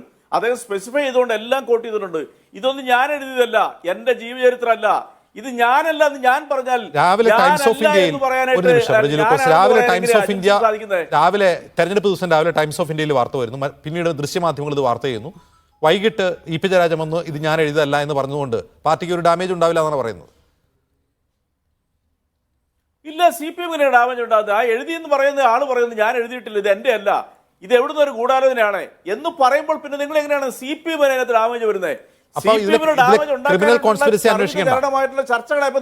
അപ്പോൾ ഈ ഫേസ്ബുക്ക് പോസ്റ്റും ഈ കൃത്രിമമെന്ന് ഇ.പി. ആരോപിക്കുന്ന പുസ്തകവും പിൻവലിച്ചാൽ മതി. ഇതിന് പിന്നെ ഗൂഢാലോചന അന്വേഷിക്കണ്ട. അല്ല, ഗൂഢാലോചന അന്വേഷിക്കണല്ലോ. ആ ഗൂഢാലോചന അന്വേഷിക്കാനാണല്ലോ അദ്ദേഹത്തിന് DGP, അതായത് അങ്ങനെ ആവശ്യം ഈ പരാതിയിൽ അങ്ങനെ ആവശ്യമില്ല. ഇ.പിക്ക് ഉള്ളത്. അല്ലെങ്കിൽ പിന്നെ എങ്ങനെ ഇ.പി. DGPക്ക് പരാതി കൊടുക്കുന്നത്? DGP കൊടുത്ത പരാതിയിൽ ഇല്ലെന്നേ. DGP കൊടുത്ത പരാതിയിൽ ഈ പറയുന്ന ഫോർജറി അന്വേഷിക്കണം എന്നാണ് പറയുന്നത്. അതിൽ ക്രിമിനൽ കോൺസ്പിറസി അന്വേഷിക്കണം എന്ന് പറയുന്നേ ഇല്ല. ഫോർജറി തന്നെയാണ് ഞാൻ ഉദ്ദേശിച്ചത്. അത് ക്രിമിനൽ കോൺസ്പിറസി അന്വേഷിക്കണം എന്ന് പറയുന്നില്ല അദ്ദേഹം. ഞാനൊരു കാര്യം ചോദിക്കട്ടെ, നിങ്ങളോട് ഞാനൊരു കാര്യം ചോദിക്കട്ടെ, ഒറ്റ ചോദ്യം. നിങ്ങൾ വരെ ഏറ്റുപിടിച്ചിട്ട് വാർത്ത ഉണ്ടായിരുന്നല്ലോ, പിന്നെ വയനാട് ദുരന്തത്തിന് സർക്കാർ കൊടുത്ത പിന്നെ ഇത് മെമ്മോറാണ്ടം അത് ഒറിജിനൽ എസ്റ്റിമേറ്റ് ആണെന്ന് പറഞ്ഞുകൊണ്ട് നിങ്ങൾ വാർത്ത കൊടുത്ത അവസാനം മണിക്കൂറുകൾക്കുള്ളിൽ അത് പിൻവലിച്ച് മാപ്പ് പറയേണ്ട വന്നില്ലേ? അങ്ങനെ എന്തെല്ലാം തട്ടിപ്പൂടെ ഉണ്ടായിട്ടുണ്ട്. നിങ്ങൾ മാപ്പ് പറയേണ്ട വന്നില്ലേ? എന്റെ ചോദ്യം വളരെ സ്ട്രൈറ്റ് ആണ്. ഇ.പി. എന്തുകൊണ്ടാണ് ഇതിന് ക്രിമിനൽ ഗൂഢാലോചന അന്വേഷിക്കണം എന്ന് DGP കൊടുത്ത പരാതിയിൽ പറയാത്തത്? അതല്ലേ പ്രധാനപ്പെട്ട ഗൗരവമുള്ള സംഭവം. അല്ലാതെ ആ ഗൗരവമുള്ള സംഭവത്തെ കുറിച്ച് നമ്മൾ ചർച്ച ചെയ്യുന്നത്. ഇതിന്റെ ലോജിക്കിനെ കുറിച്ചല്ലേ ഞാൻ പറഞ്ഞത്. നിങ്ങൾ തന്നെ ആലോചിച്ച് നോക്കിയേ, ഇതിനകത്തൊരു ലോജിക്കൽ കണ്ടന്റ് ഇല്ലേ? ആ കണ്ടന്റ് എന്താണ്? അത് സ്വാഭാവികമായിട്ട് ഇന്നലെ രാത്രി ഇന്ന് രാവിലെ ആയിട്ട് പ്രസിദ്ധീകരിച്ച മാധ്യമങ്ങൾ റിപ്പോർട്ട് ചെയ്യുന്നില്ല. എന്തുകൊണ്ടാ? അത് ആ കോൺസ്പിറസിയാണ് CPM-നെതിരെ നടന്നിരിക്കുന്നത്. അത് തീർച്ചയായിട്ടും പുറത്തു വരും. ഇത് CPM-നെതിരെ കോമഡി ആയിട്ട് പോലും കാണത്തില്ല. കാരണം എന്തുകൊണ്ടാ? ഇത് പതിവായിട്ട് തന്നെ ഇത്തരം തട്ടിപ്പ് വാർത്തകൾ മാധ്യമങ്ങൾ വരുന്നുണ്ട്. ഇത് വാർത്ത വന്നത് എന്തുകൊണ്ടാണെന്ന് റജിക്ക് അറിയാലോ. ഇത് DC ഇന്നലെ തന്നെ പറഞ്ഞു, ഞങ്ങൾ ഇത് ഇറക്കാൻ പോവാണ്, ഇങ്ങനെ ഈ പേരിൽ പുസ്തകം ഇറക്കാൻ പോവാണ്. അവരിപ്പോഴും ആ പുസ്തകത്തിന്റെ പേര് ഇ.പി. ജയരാജൻ തള്ളി പറഞ്ഞിട്ടും അവർ ആ പോസ്റ്റ് ഇപ്പോഴും മാറ്റിയിട്ടില്ല. കട്ടൻ ചായയും പരിപ്പോടയും എന്ന് തന്നെയാണ് അവർ ആ വിശദീകരണം കൊടുക്കുന്ന. പറയുമ്പോൾ പറഞ്ഞാൽ വരാം റജുൽ കോസിലേക്ക്. ശ്രീ ഷിബു മീരാൻ, ഈ എപ്പിസോഡിൽ എന്ത് സംഭവിച്ചു എന്നാണ് കരുതുന്നത്? ഇത് ഇ.പി. ജയരാജനുള്ള പണിയാണോ അതോ CPM-നുള്ള പണിയാണോ? അജിംസെ, നമ്മളിപ്പോൾ രണ്ട് സംഗതികൾ. ഒന്ന്, ഇന്നലെ രാത്രി ഏകദേശം ഒരു 9 മണിയോടുകൂടി DC ബുക്സ് സഖാവ് ജയരാജനെ ടാഗ് ചെയ്തുകൊണ്ട് ഇദ്ദേഹത്തിൻ്റെ ഒരു പുസ്തകം വരുന്നു എന്ന് പറയുന്നു. രണ്ടാമത്തേത്, ഇന്ന് നമ്മളൊക്കെ വായിച്ചൊരു കണ്ടന്റ്. ഈ രണ്ട് കാര്യങ്ങൾ ഇപ്പോൾ നമ്മുടെ മുന്നിലുണ്ട്. ഇന്നിപ്പോ രാവിലെ സഖാവ് ജയരാജൻ അദ്ദേഹം ഉറക്കത്തിൽ നിന്ന് എഴുന്നേറ്റപ്പോഴാണ് ഇത് അറിയുന്നത് എന്നാണ്. നമുക്കറിയാലോ, വൈകിട്ട് 8 മണിക്ക് ചോറുണ്ട് മൂടി പുതച്ച് കിടന്നുറങ്ങുന്ന ആളല്ല സഖാവ് ജയരാജൻ. ഇന്നലെ അദ്ദേഹത്തെ ടാഗ് ചെയ്ത് ഈ പോസ്റ്റ് വരുമ്പോൾ തന്നെ അദ്ദേഹത്തിന്റെ ശ്രദ്ധയിൽ അത് വന്നിട്ടുണ്ടാവണം. അപ്പോൾ അതവിടെ നിൽക്കട്ടെ. ഈ കണ്ടന്റിലേക്ക് വന്നാൽ ഒരുപക്ഷെ അജിംസ് അത് വായിച്ചിട്ടുണ്ടാവും. അതിനൊരു സ്വഭാവം. ഇപ്പോൾ അടിയന്തരാവസ്ഥ കാലത്ത് അദ്ദേഹം പറയുന്നു, അവിടെ പാപ്പിനിശ്ശേരിയിൽ ഇപ്പോൾ CMP-യിലുള്ള ഒരു അജീറും കൂടി പോയി ഒരു കവർച്ചക്കാരനെ പിടിച്ചതിനെ കുറിച്ച് പറയുന്നു. പിന്നീട് രായപ്പൻ എന്ന് പറയുന്ന ഒരാളുടെ വായിലെ പല്ല് തെറിച്ചു പോയതിനെ കുറിച്ച് പറയുന്നു. പിന്നീട് ഇങ്ങോട്ട് വന്നാൽ ഓങ്കോളിൽ വെച്ച് അദ്ദേഹത്തിന് വെടിയേറ്റതിനെ കുറിച്ച് വിശദമായി പറയുന്നു. 91-ൽ മേപ്പയൂരിലെ മുസ്ലിം ലീഗിന്റെ MLA ആയ AV അബ്ദുറഹ്മാൻ ഹാജിക്ക് ബർത്ത് ഒഴിഞ്ഞു കൊടുത്തതിനെ കുറിച്ച് പറയുന്നു. ഏറ്റവും ഒടുവിൽ കാസർഗോഡ് MP ആയ രാജ്മോഹൻ ഉണ്ണിത്താൻ അദ്ദേഹത്തിന്റെ മകനുമായി ബന്ധപ്പെട്ട ആക്സിഡന്റിൽ ഇങ്ങനെ ട്രെയിനിലിരുന്ന് കരയുന്നത് കണ്ടപ്പോൾ ഞാൻ ആശ്വസിപ്പിച്ചു എന്ന് പറയുന്നു. എന്ന് വെച്ചാൽ തീർത്തും വ്യക്തിനിഷ്ഠമായ സഖാവ് ജയരാജന്റെ ജീവിതത്തിൽ സംഭവിച്ചിട്ടുള്ള, ജയരാജന് മാത്രം അറിയാവുന്ന, പബ്ലിക് ഡൊമൈനിൽ വരാത്ത കുറെ കാര്യങ്ങൾ അതിനകത്തുണ്ട്. നമ്മളത് കാണണം. പിന്നെ ഇപ്പോൾ വിവാദമായിട്ടുള്ള കുറച്ച് വിമർശനങ്ങളാണ്. ഒന്ന്, പിന്നെ എന്താണ്, പിണറായി സർക്കാർ ഒരു രണ്ടാം പിണറായി ഗവൺമെന്റ് ഒരു ദുർബല ഗവൺമെന്റ് ആണ് എന്നതിനകത്ത് ആ കണ്ടന്റിൽ പറഞ്ഞു വെക്കുന്നു. പിന്നെ സ്റ്റെതസ്കോപ്പ് ചിഹ്നത്തിൽ പാലക്കാട്ട് മത്സരിക്കുന്ന ഒരു വയ്യാവേലിയാണ് എന്നുകൂടി പറഞ്ഞു. അവനിപ്പോ ഈ വിവാദമായിട്ടുള്ള സംഗതി. ഇന്നിപ്പോ സഖാവ് ജയരാജന്റെ പ്രതികരണത്തിൽ രണ്ട് കാര്യങ്ങളുണ്ട്. ഒന്ന്, ഷിബു, ഇത് വയ്യാവേലി എന്ന് പറയുന്ന കാര്യം അദ്ദേഹം ആദ്യം തന്നെ പറയുന്നുണ്ട്. ഇത് പ്രസിദ്ധീകരിക്കുന്നത് ഉപതെരഞ്ഞെടുപ്പിന് ശേഷമാണല്ലോ, അപ്പോൾ ഈ പറയുന്ന വിമർശനങ്ങൾ കുഴപ്പമില്ല എന്ന് പറഞ്ഞിട്ട് ഒരു മുൻകൂർ ജാമ്യം എടുത്തിട്ടാണ്. പക്ഷേ ഇതിങ്ങനെ തെരഞ്ഞെടുപ്പിന് ദിവസം തന്നെ ഇങ്ങനെ പുറത്തു വരുമെന്ന് അദ്ദേഹം കരുതി കാണില്ല. ഞാൻ അതിലേക്കാണ് വരുന്നത്. ഇത് ടൈമിംഗ് തെറ്റിയതാണ്, അതാണ് എന്റെ പ്രശ്നം. ഞാൻ പറഞ്ഞല്ലോ. അപ്പോൾ ഇന്ന് അദ്ദേഹത്തിന്റെ രാവിലത്തെ ഒരൊറ്റ കാര്യം കൂടി സൂചിപ്പിച്ചിട്ട് ഞാൻ അജിംസന്റെ ചോദ്യത്തിലേക്ക് വരാം. ഇന്ന് രാവിലെ വൈകിട്ട് അദ്ദേഹം പ്രതികരിക്കുമ്പോൾ അദ്ദേഹത്തോട് ആവർത്തിച്ച് മാധ്യമ പ്രവർത്തകർ ചോദിച്ചൊരു കാര്യമുണ്ട്. താങ്കൾ എഴുതി തയ്യാറാക്കിയ ഒരു മാധ്യമ പ്രവർത്തകനെ ഏൽപ്പിച്ചു എന്ന് പറയുന്ന താങ്കൾ എഴുതിയ ആത്മകഥ 200 പേജോളം വരുമല്ലോ, അതും ഇതുമായിട്ട് വല്ല സാമ്യമുണ്ടോ എന്ന് ചോദിക്കുമ്പോൾ, അജിംസ താങ്കൾ അത് വായിച്ചിട്ടുണ്ട്, താങ്കളൊരു മാധ്യമ പ്രവർത്തകനാണ്. ഞാനത് വായിക്കാൻ ശ്രമിച്ചു, കാരണം ഞാൻ പൊതുരംഗത്ത് നിൽക്കുന്ന ഒരാളാണ്. പക്ഷെ ഈ വിവാദത്തിൽ കക്ഷിയായ സഖാവ് ജയരാജൻ ഇതുവരെ അത് വായിച്ചിട്ടില്ല, അതുകൊണ്ട് ഞാൻ പ്രതികരിക്കാനില്ല എന്നാണ്. മൂന്നാമത്തെ കാര്യം, ആവർത്തിച്ച് താങ്കൾ ഇവിടുത്തെ ഇടതുപക്ഷത്തിന്റെ പ്രതിയോട് ചോദിച്ചു. ഈ വാർത്ത മാധ്യമങ്ങൾക്കെതിരെയാണല്ലോ ഇപ്പൊ കേസ്. മാധ്യമങ്ങൾ അന്തരീക്ഷത്തിൽ നിന്ന് ഭസ്മം വീശി പിടിക്കുന്ന രാവിലെ ഒരു വാർത്ത ഉണ്ടാക്കിയതാണോ? അല്ല. അവിടെ DC ബുക്സിന്റെ ഒരു ഫേസ്ബുക്ക് പോസ്റ്റ് ഉണ്ട്, അവരുടെ ഒരു അറിയിപ്പുണ്ട്. ആ അറിയിപ്പ് ഈ പുസ്തകത്തെക്കുറിച്ചുള്ള വിവരങ്ങളാണ് കേരളത്തിലെ മാധ്യമങ്ങൾ വാർത്തയാക്കിയത്. അപ്പൊ ഇതിന്റെ മൂല കാരണം ആരാണ്? DC ബുക്സ് ആണ്. അപ്പൊ DC ബുക്സിന്റെ പേര് പോലീസിന് കൊടുത്ത പരാതിയിലില്ല. പിന്നെ പറയും വക്കീൽ നോട്ടീസ് അയച്ചിട്ടുണ്ട്. ഒരു ഉദാഹരണം ഞാൻ ചൂണ്ടിക്കാണിക്കാം ജിംസ്. കഴിഞ്ഞ ഏപ്രിൽ മാസത്തിലാണ് ശോഭാ സുരേന്ദ്രന് പിന്നെ ജയരാജൻ ഒരു വക്കീൽ നോട്ടീസ് അയക്കുന്നത്. ഈ ജാവദേക്കർ കണ്ടതുമായി ബന്ധപ്പെട്ടും ശോഭാ സുരേന്ദ്രനെ കണ്ട് ഒരു BJPയിൽ ചേരാൻ ഇദ്ദേഹം ശ്രമം നടത്തിയെന്ന വിവാദവുമായി ബന്ധപ്പെട്ട് ഈ പാലക്കാട് ഉപതെരഞ്ഞെടുപ്പിൽ ശോഭാ സുരേന്ദ്രൻ വാർത്താ സമ്മേളനം വിളിച്ച് വീണ്ടും പറയാണ്, ജയരാജൻ 107-ാം നമ്പർ മുറിയിലായിരുന്നു, ഞാൻ 102-ാം നമ്പർ മുറിയിലായിരുന്നു, ഇടയ്ക്ക് 104-ൽ രാധാകൃഷ്ണൻ ഉള്ളത് കൊണ്ടാണ് ആ കൂടിക്കാഴ്ച നടക്കാതെ പോയത്, അദ്ദേഹം എന്നെ സമീപിച്ചിട്ടുണ്ട് എന്ന് പറഞ്ഞതിന് ശേഷവും ആ വക്കീൽ നോട്ടീസ് അല്ലാത്ത വേറൊന്നും അവയെക്കുറിച്ച് ഇതുവരെ ജയരാജൻ പറഞ്ഞിട്ടില്ല. എന്ന് വെച്ചാൽ ഈ വക്കീൽ നോട്ടീസിന് വലിയ ഗൗരവമൊന്നുമില്ല. ഗൗരവത്തോടെ അന്വേഷിക്കാൻ DGPക്ക് കൊടുത്ത പരാതിയിൽ ഇവിടെ DC ബുക്സിന്റെ പേരില്ല. ഇത് നമ്മുടെ ഈ മറ്റേ ഹിന്ദു ഇന്റർവ്യൂവിന്റെ ഒരു വേർഷൻ 2ആണിത്. അവിടെ ഇപ്പൊ ഒരു കണ്ടന്റ് വരുന്നു, മുഖ്യമന്ത്രി പറഞ്ഞിട്ടില്ല എന്ന് മുഖ്യമന്ത്രി പറയുന്നു, ഞങ്ങൾക്ക് തന്ന ഒരു PR ഏജൻസിയാണെന്ന് ഹിന്ദു പറയുന്നു. എന്നാൽ നല്ലവനായ മുഖ്യമന്ത്രി പിണറായി വിജയനോട് PR ഏജൻസിയോടും പ്രശ്നമില്ല, ഹിന്ദുവിനോടും പ്രശ്നമില്ല. ഇത് തന്നെയാണ് ഇവിടെ ഇന്ന് ജയരാജനും എടുക്കുന്ന ലൈൻ. മൂപ്പർക്ക് DC ബുക്സിനോട് വലിയ പ്രശ്നമൊന്നുമില്ല. ടൈമിംഗ് തെറ്റിപ്പോയതിന്റെ ചെറിയ ഒരു പരിഭവമുണ്ട്. ഇന്ന് കണ്ടതിന്റെ ക്ലൈമാക്സ് അല്ല ജിംസ്. ഷിബു പറഞ്ഞു വരുന്നതാണ് EP ജയരാജൻ ഇത് പുറത്തു വന്നോട്ടെ, തെരഞ്ഞെടുപ്പ് ദിവസം തന്നെ പുറത്തു വന്നോട്ടെ എന്ന് ജയരാജൻ കരുതി. ഈ വാക്കുകൾ അദ്ദേഹം 20-ന് ശേഷം മാറ്റി പറയും. അല്ല ഷിബു എന്താ പറഞ്ഞു വരുന്നത്? ഇന്ന് ആ PDF പുറത്തു വന്നോട്ടെ, തെരഞ്ഞെടുപ്പ് ദിവസം ചർച്ചയായിക്കോട്ടെ എന്ന് EP ജയരാജൻ മനസ്സിൽ കരുതിയെന്നാണോ? തീർച്ചയായിട്ടും ലോക്സഭാ തെരഞ്ഞെടുപ്പിൽ ഇത് തന്നെയല്ലേ സംഭവിച്ചത്. തീർച്ചയായിട്ടും അദ്ദേഹം ഇത് ആഗ്രഹിച്ചിട്ടുണ്ട്. 20-ാം തീയതി കഴിയുമ്പോൾ ഞാൻ അജിംസിനോട് പറയുന്നു, ഇന്ന് തള്ളി പറഞ്ഞ കാര്യങ്ങളെ ഇദ്ദേഹം മറ്റൊരു ഘട്ടത്തിൽ ഓൺ ചെയ്യുന്നത് നമ്മൾ കാണും. അതിനൊന്നും വലിയ മടിയുള്ള ആളൊന്നുമല്ല ജയരാജൻ. ഇത് CPM-നകത്തെ ചരിത്രത്തിൽ തുല്യതയില്ലാത്തൊരു ആഭ്യന്തര ശൈഥില്യത്തിന്റെ ഗാഢമായ ഒരു പ്രതിസന്ധിയുടെ പ്രതിഫലനാണ്. ഇത് ഇവിടെ തുടങ്ങി തീരുന്ന ഒരു കാര്യമല്ല ജിംസ്. ഇത് തുടങ്ങിയിട്ടേ ഉള്ളൂ ഈ നാടകം. ശരി, ശ്രീ NP ചെക്കുട്ടി, ഇനി ഈ പറയുന്നത് പോലെ ഷിബു മീരാൻ ഇവിടെ ചൂണ്ടിക്കാട്ടുന്ന പോലെ EP ജയരാജൻ ഉള്ളാല ആഗ്രഹിച്ച ഒരു ദ ഹിന്ദു ഇന്റർവ്യൂ പോലെ ഒന്നാണ്. ഇത് പുറത്തു വന്നോട്ടെ, പിന്നീട് തള്ളി പറയാം, സംഭവം ചർച്ചയാവട്ടെ, തെരഞ്ഞെടുപ്പ് ദിവസമാണ് എന്നൊക്കെ EP കരുതി കാണും. പക്ഷേ എങ്കിൽ പോലും സ്വന്തം കൃതിക്ക് കട്ടൻ ചായയും പരിപ്പോടയും എന്നൊക്കെ പേരിടാൻ മാത്രം ഉള്ളോ EP ജയരാജൻ? എനിക്ക് അത് അത്ര വിശ്വസിക്കാൻ കഴിയുന്നില്ല. 2-3 പ്രശ്നങ്ങളുണ്ട്. ഒരു DC ബുക്സ് ഇന്നും നിലയും തുടങ്ങിയ പ്രസാധന സ്ഥാപനമല്ല. അവർക്ക് നിരവധി പതിറ്റാണ്ടുകളുടെ എക്സ്പീരിയൻസ് ഉള്ളൊരു സ്ഥാപനമാണ്. അപ്പോൾ തങ്ങളുടെ ഒരു പുസ്തകം പ്രസിദ്ധീകരിക്കുന്ന സമയത്ത് എഴുത്തുകാരനുമായിട്ട് അവർ പൂർണ്ണമായിട്ടും വിശ്വാസത്തിൽ എടുത്തുകൊണ്ട് അതിൻ്റെ അവസാനത്തെ വേർഷൻ പോലും PDF-ൻ്റെ അവസാനത്തെ വേർഷൻ പോലും അദ്ദേഹത്തെ വായിപ്പിച്ചിട്ട് അതിൻ്റെ അനുമതി വാങ്ങാതെ അതൊന്നും ആരും പ്രസിദ്ധീകരിക്കില്ല. നമ്മൾ ഈ പത്രപ്രവർത്തന രംഗത്തും പുസ്തക പ്രസാധന രംഗത്തും നമുക്കൊക്കെ അറിയാം, എഴുത്തുകാരുമായിട്ട് ഒരുള്ള ബന്ധം എന്ന് പറയുന്നത് വളരെ പാവനമായൊരു ബന്ധമാണ്.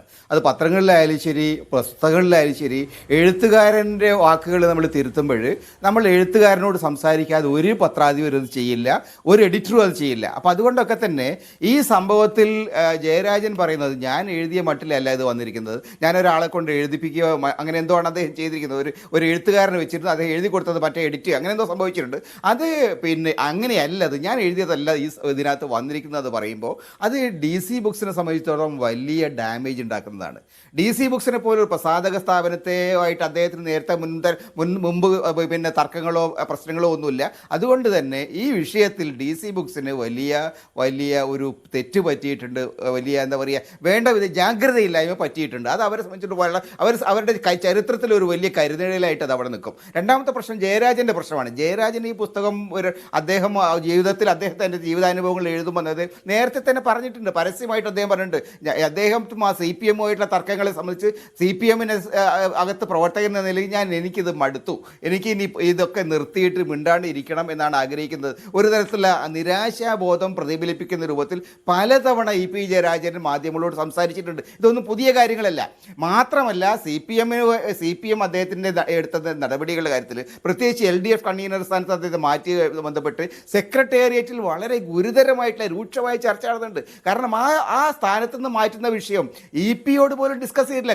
സെക്രട്ടേറിയറ്റ് ചർച്ച ചെയ്തത്, സെക്രട്ടേറിയറ്റിൽ ഈ വിഷയം EP ഇല്ലാത്ത ദിവസം ചർച്ച ചെയ്യാൻ പറ്റില്ലല്ലോ. EP ഇരിക്കല്ലേ ചർച്ച ചെയ്യേണ്ടത്, EP അറിയാതെ എടുത്ത തീരുമാനമാണ്. ഇത്തരം കാര്യങ്ങളിലൊക്കെ അദ്ദേഹത്തിന് കടുത്ത മനപ്രയാസമുണ്ട്, കടുത്ത പ്രതിഷേധമുണ്ട്.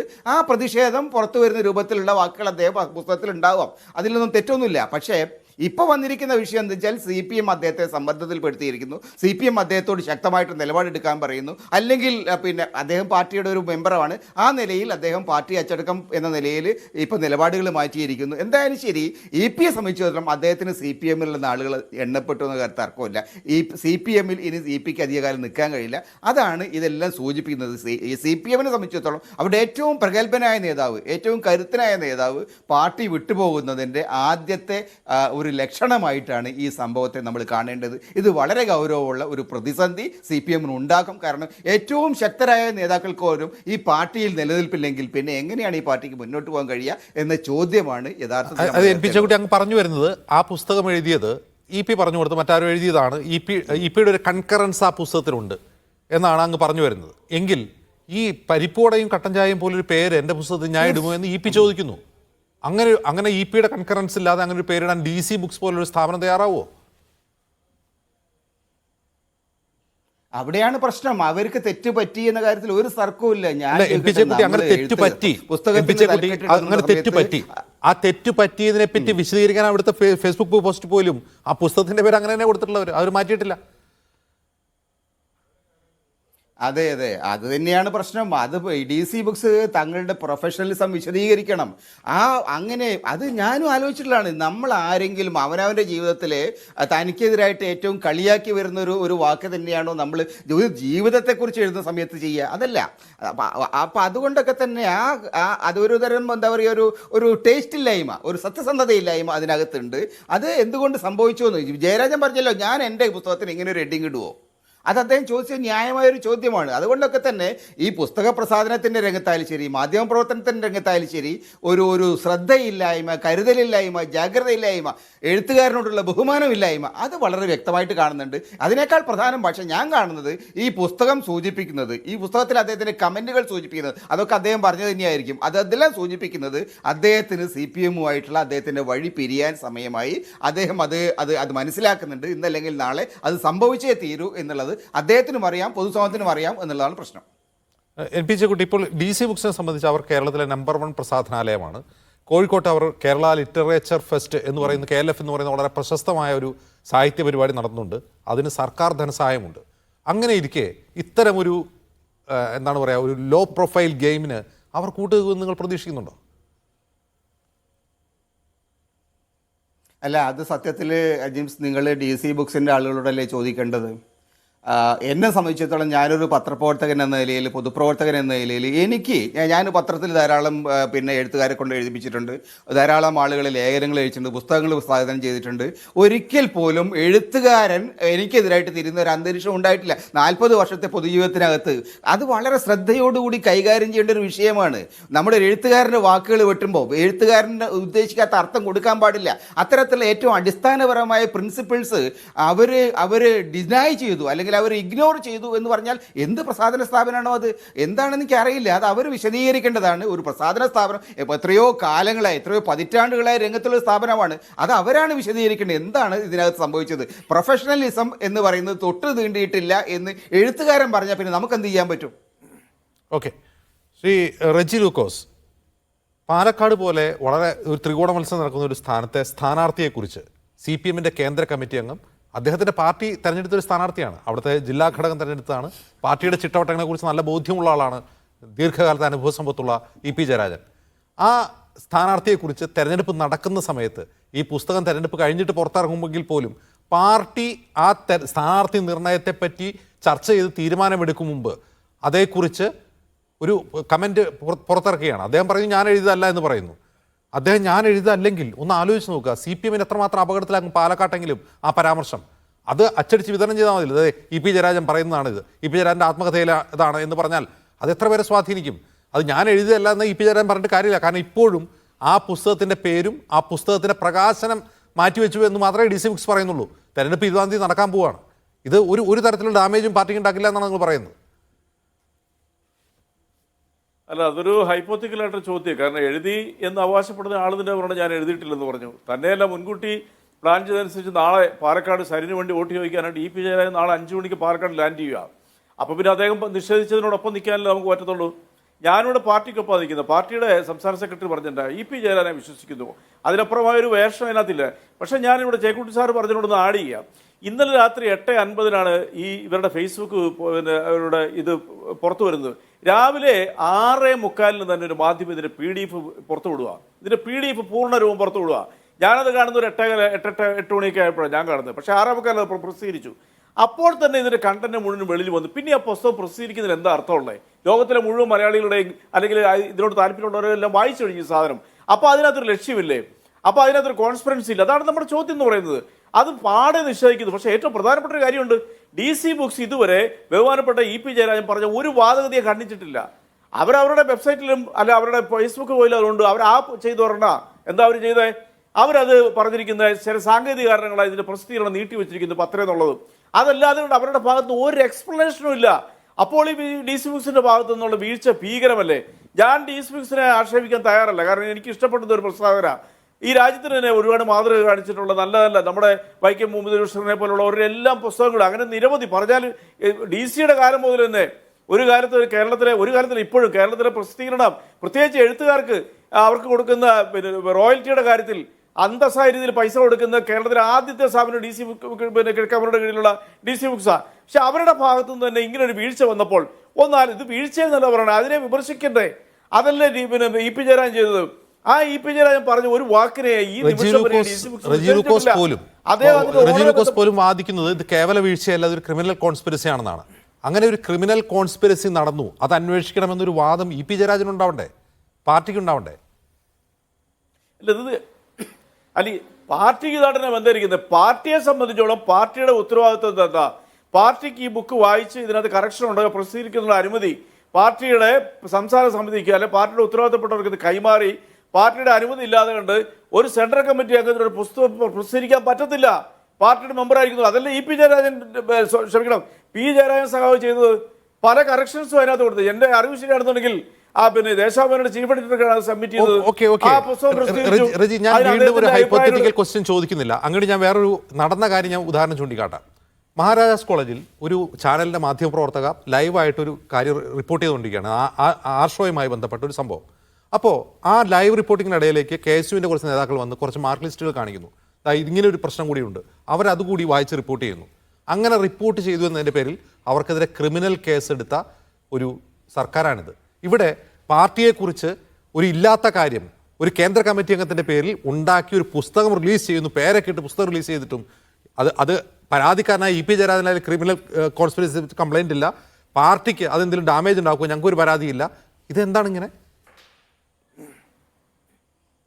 അല്ല, പാർട്ടിക്ക് എന്ത് ഡാമേജ്? പാർട്ടിയെക്കുറിച്ച് ഇങ്ങനെ എത്രയോ കോൺസ്പിറസികളും എത്രയോ വ്യാജ വാർത്തകളും വന്നിരിക്കും. ഉദാഹരണം 3 ഞാൻ ഈ ചർച്ചയുടെ തുടക്കത്തിൽ പറഞ്ഞില്ലേ, 3 വാർത്തകൾ. അത് തന്നെയല്ല, അതിൽ ഒരു വാർത്ത ഭീകരമായിരുന്നു. കേരളത്തിലെ ദുരന്തബാധിതർക്ക് ലഭിക്കേണ്ട സ്വാഭാവികമായിട്ടുള്ള കേന്ദ്ര സഹായത്തിനെ തടയാൻ വേണ്ടിയിട്ടല്ലേ ആ നീച വാർത്ത കൊടുത്തത്. മാപ്പ് എന്നുള്ള വാക്ക് ഉപയോഗിച്ച് തന്നെ മാപ്പ് പറഞ്ഞില്ല ഇവിടുത്തെ പല മാധ്യമങ്ങളും തെറ്റുപറ്റിയെന്നുള്ളവരും. അതായത് സത്യം ലോകം ചുറ്റി വരും എന്താ ചെരുപ്പിടുന്നതിന് മുമ്പ് തന്നെ എന്ന് പറഞ്ഞ പോലെ ഏതെല്ലാം കാര്യങ്ങൾ മാധ്യമങ്ങൾ ഇപ്പൊ കേരളത്തിലെ ജനങ്ങൾ CPM-നെ കുറിച്ചുള്ള ഇതുപോലത്തെ തട്ടിപ്പ് വാർത്തകൾ ശ്രദ്ധിക്കത്തില്ല. അങ്ങനെ ആയിക്കഴിഞ്ഞു. കാരണം പല മാധ്യമങ്ങളും പുറത്തുവിടുന്നത്. ഇപ്പോൾ ഒരു ഉദാഹരണം പറയാം.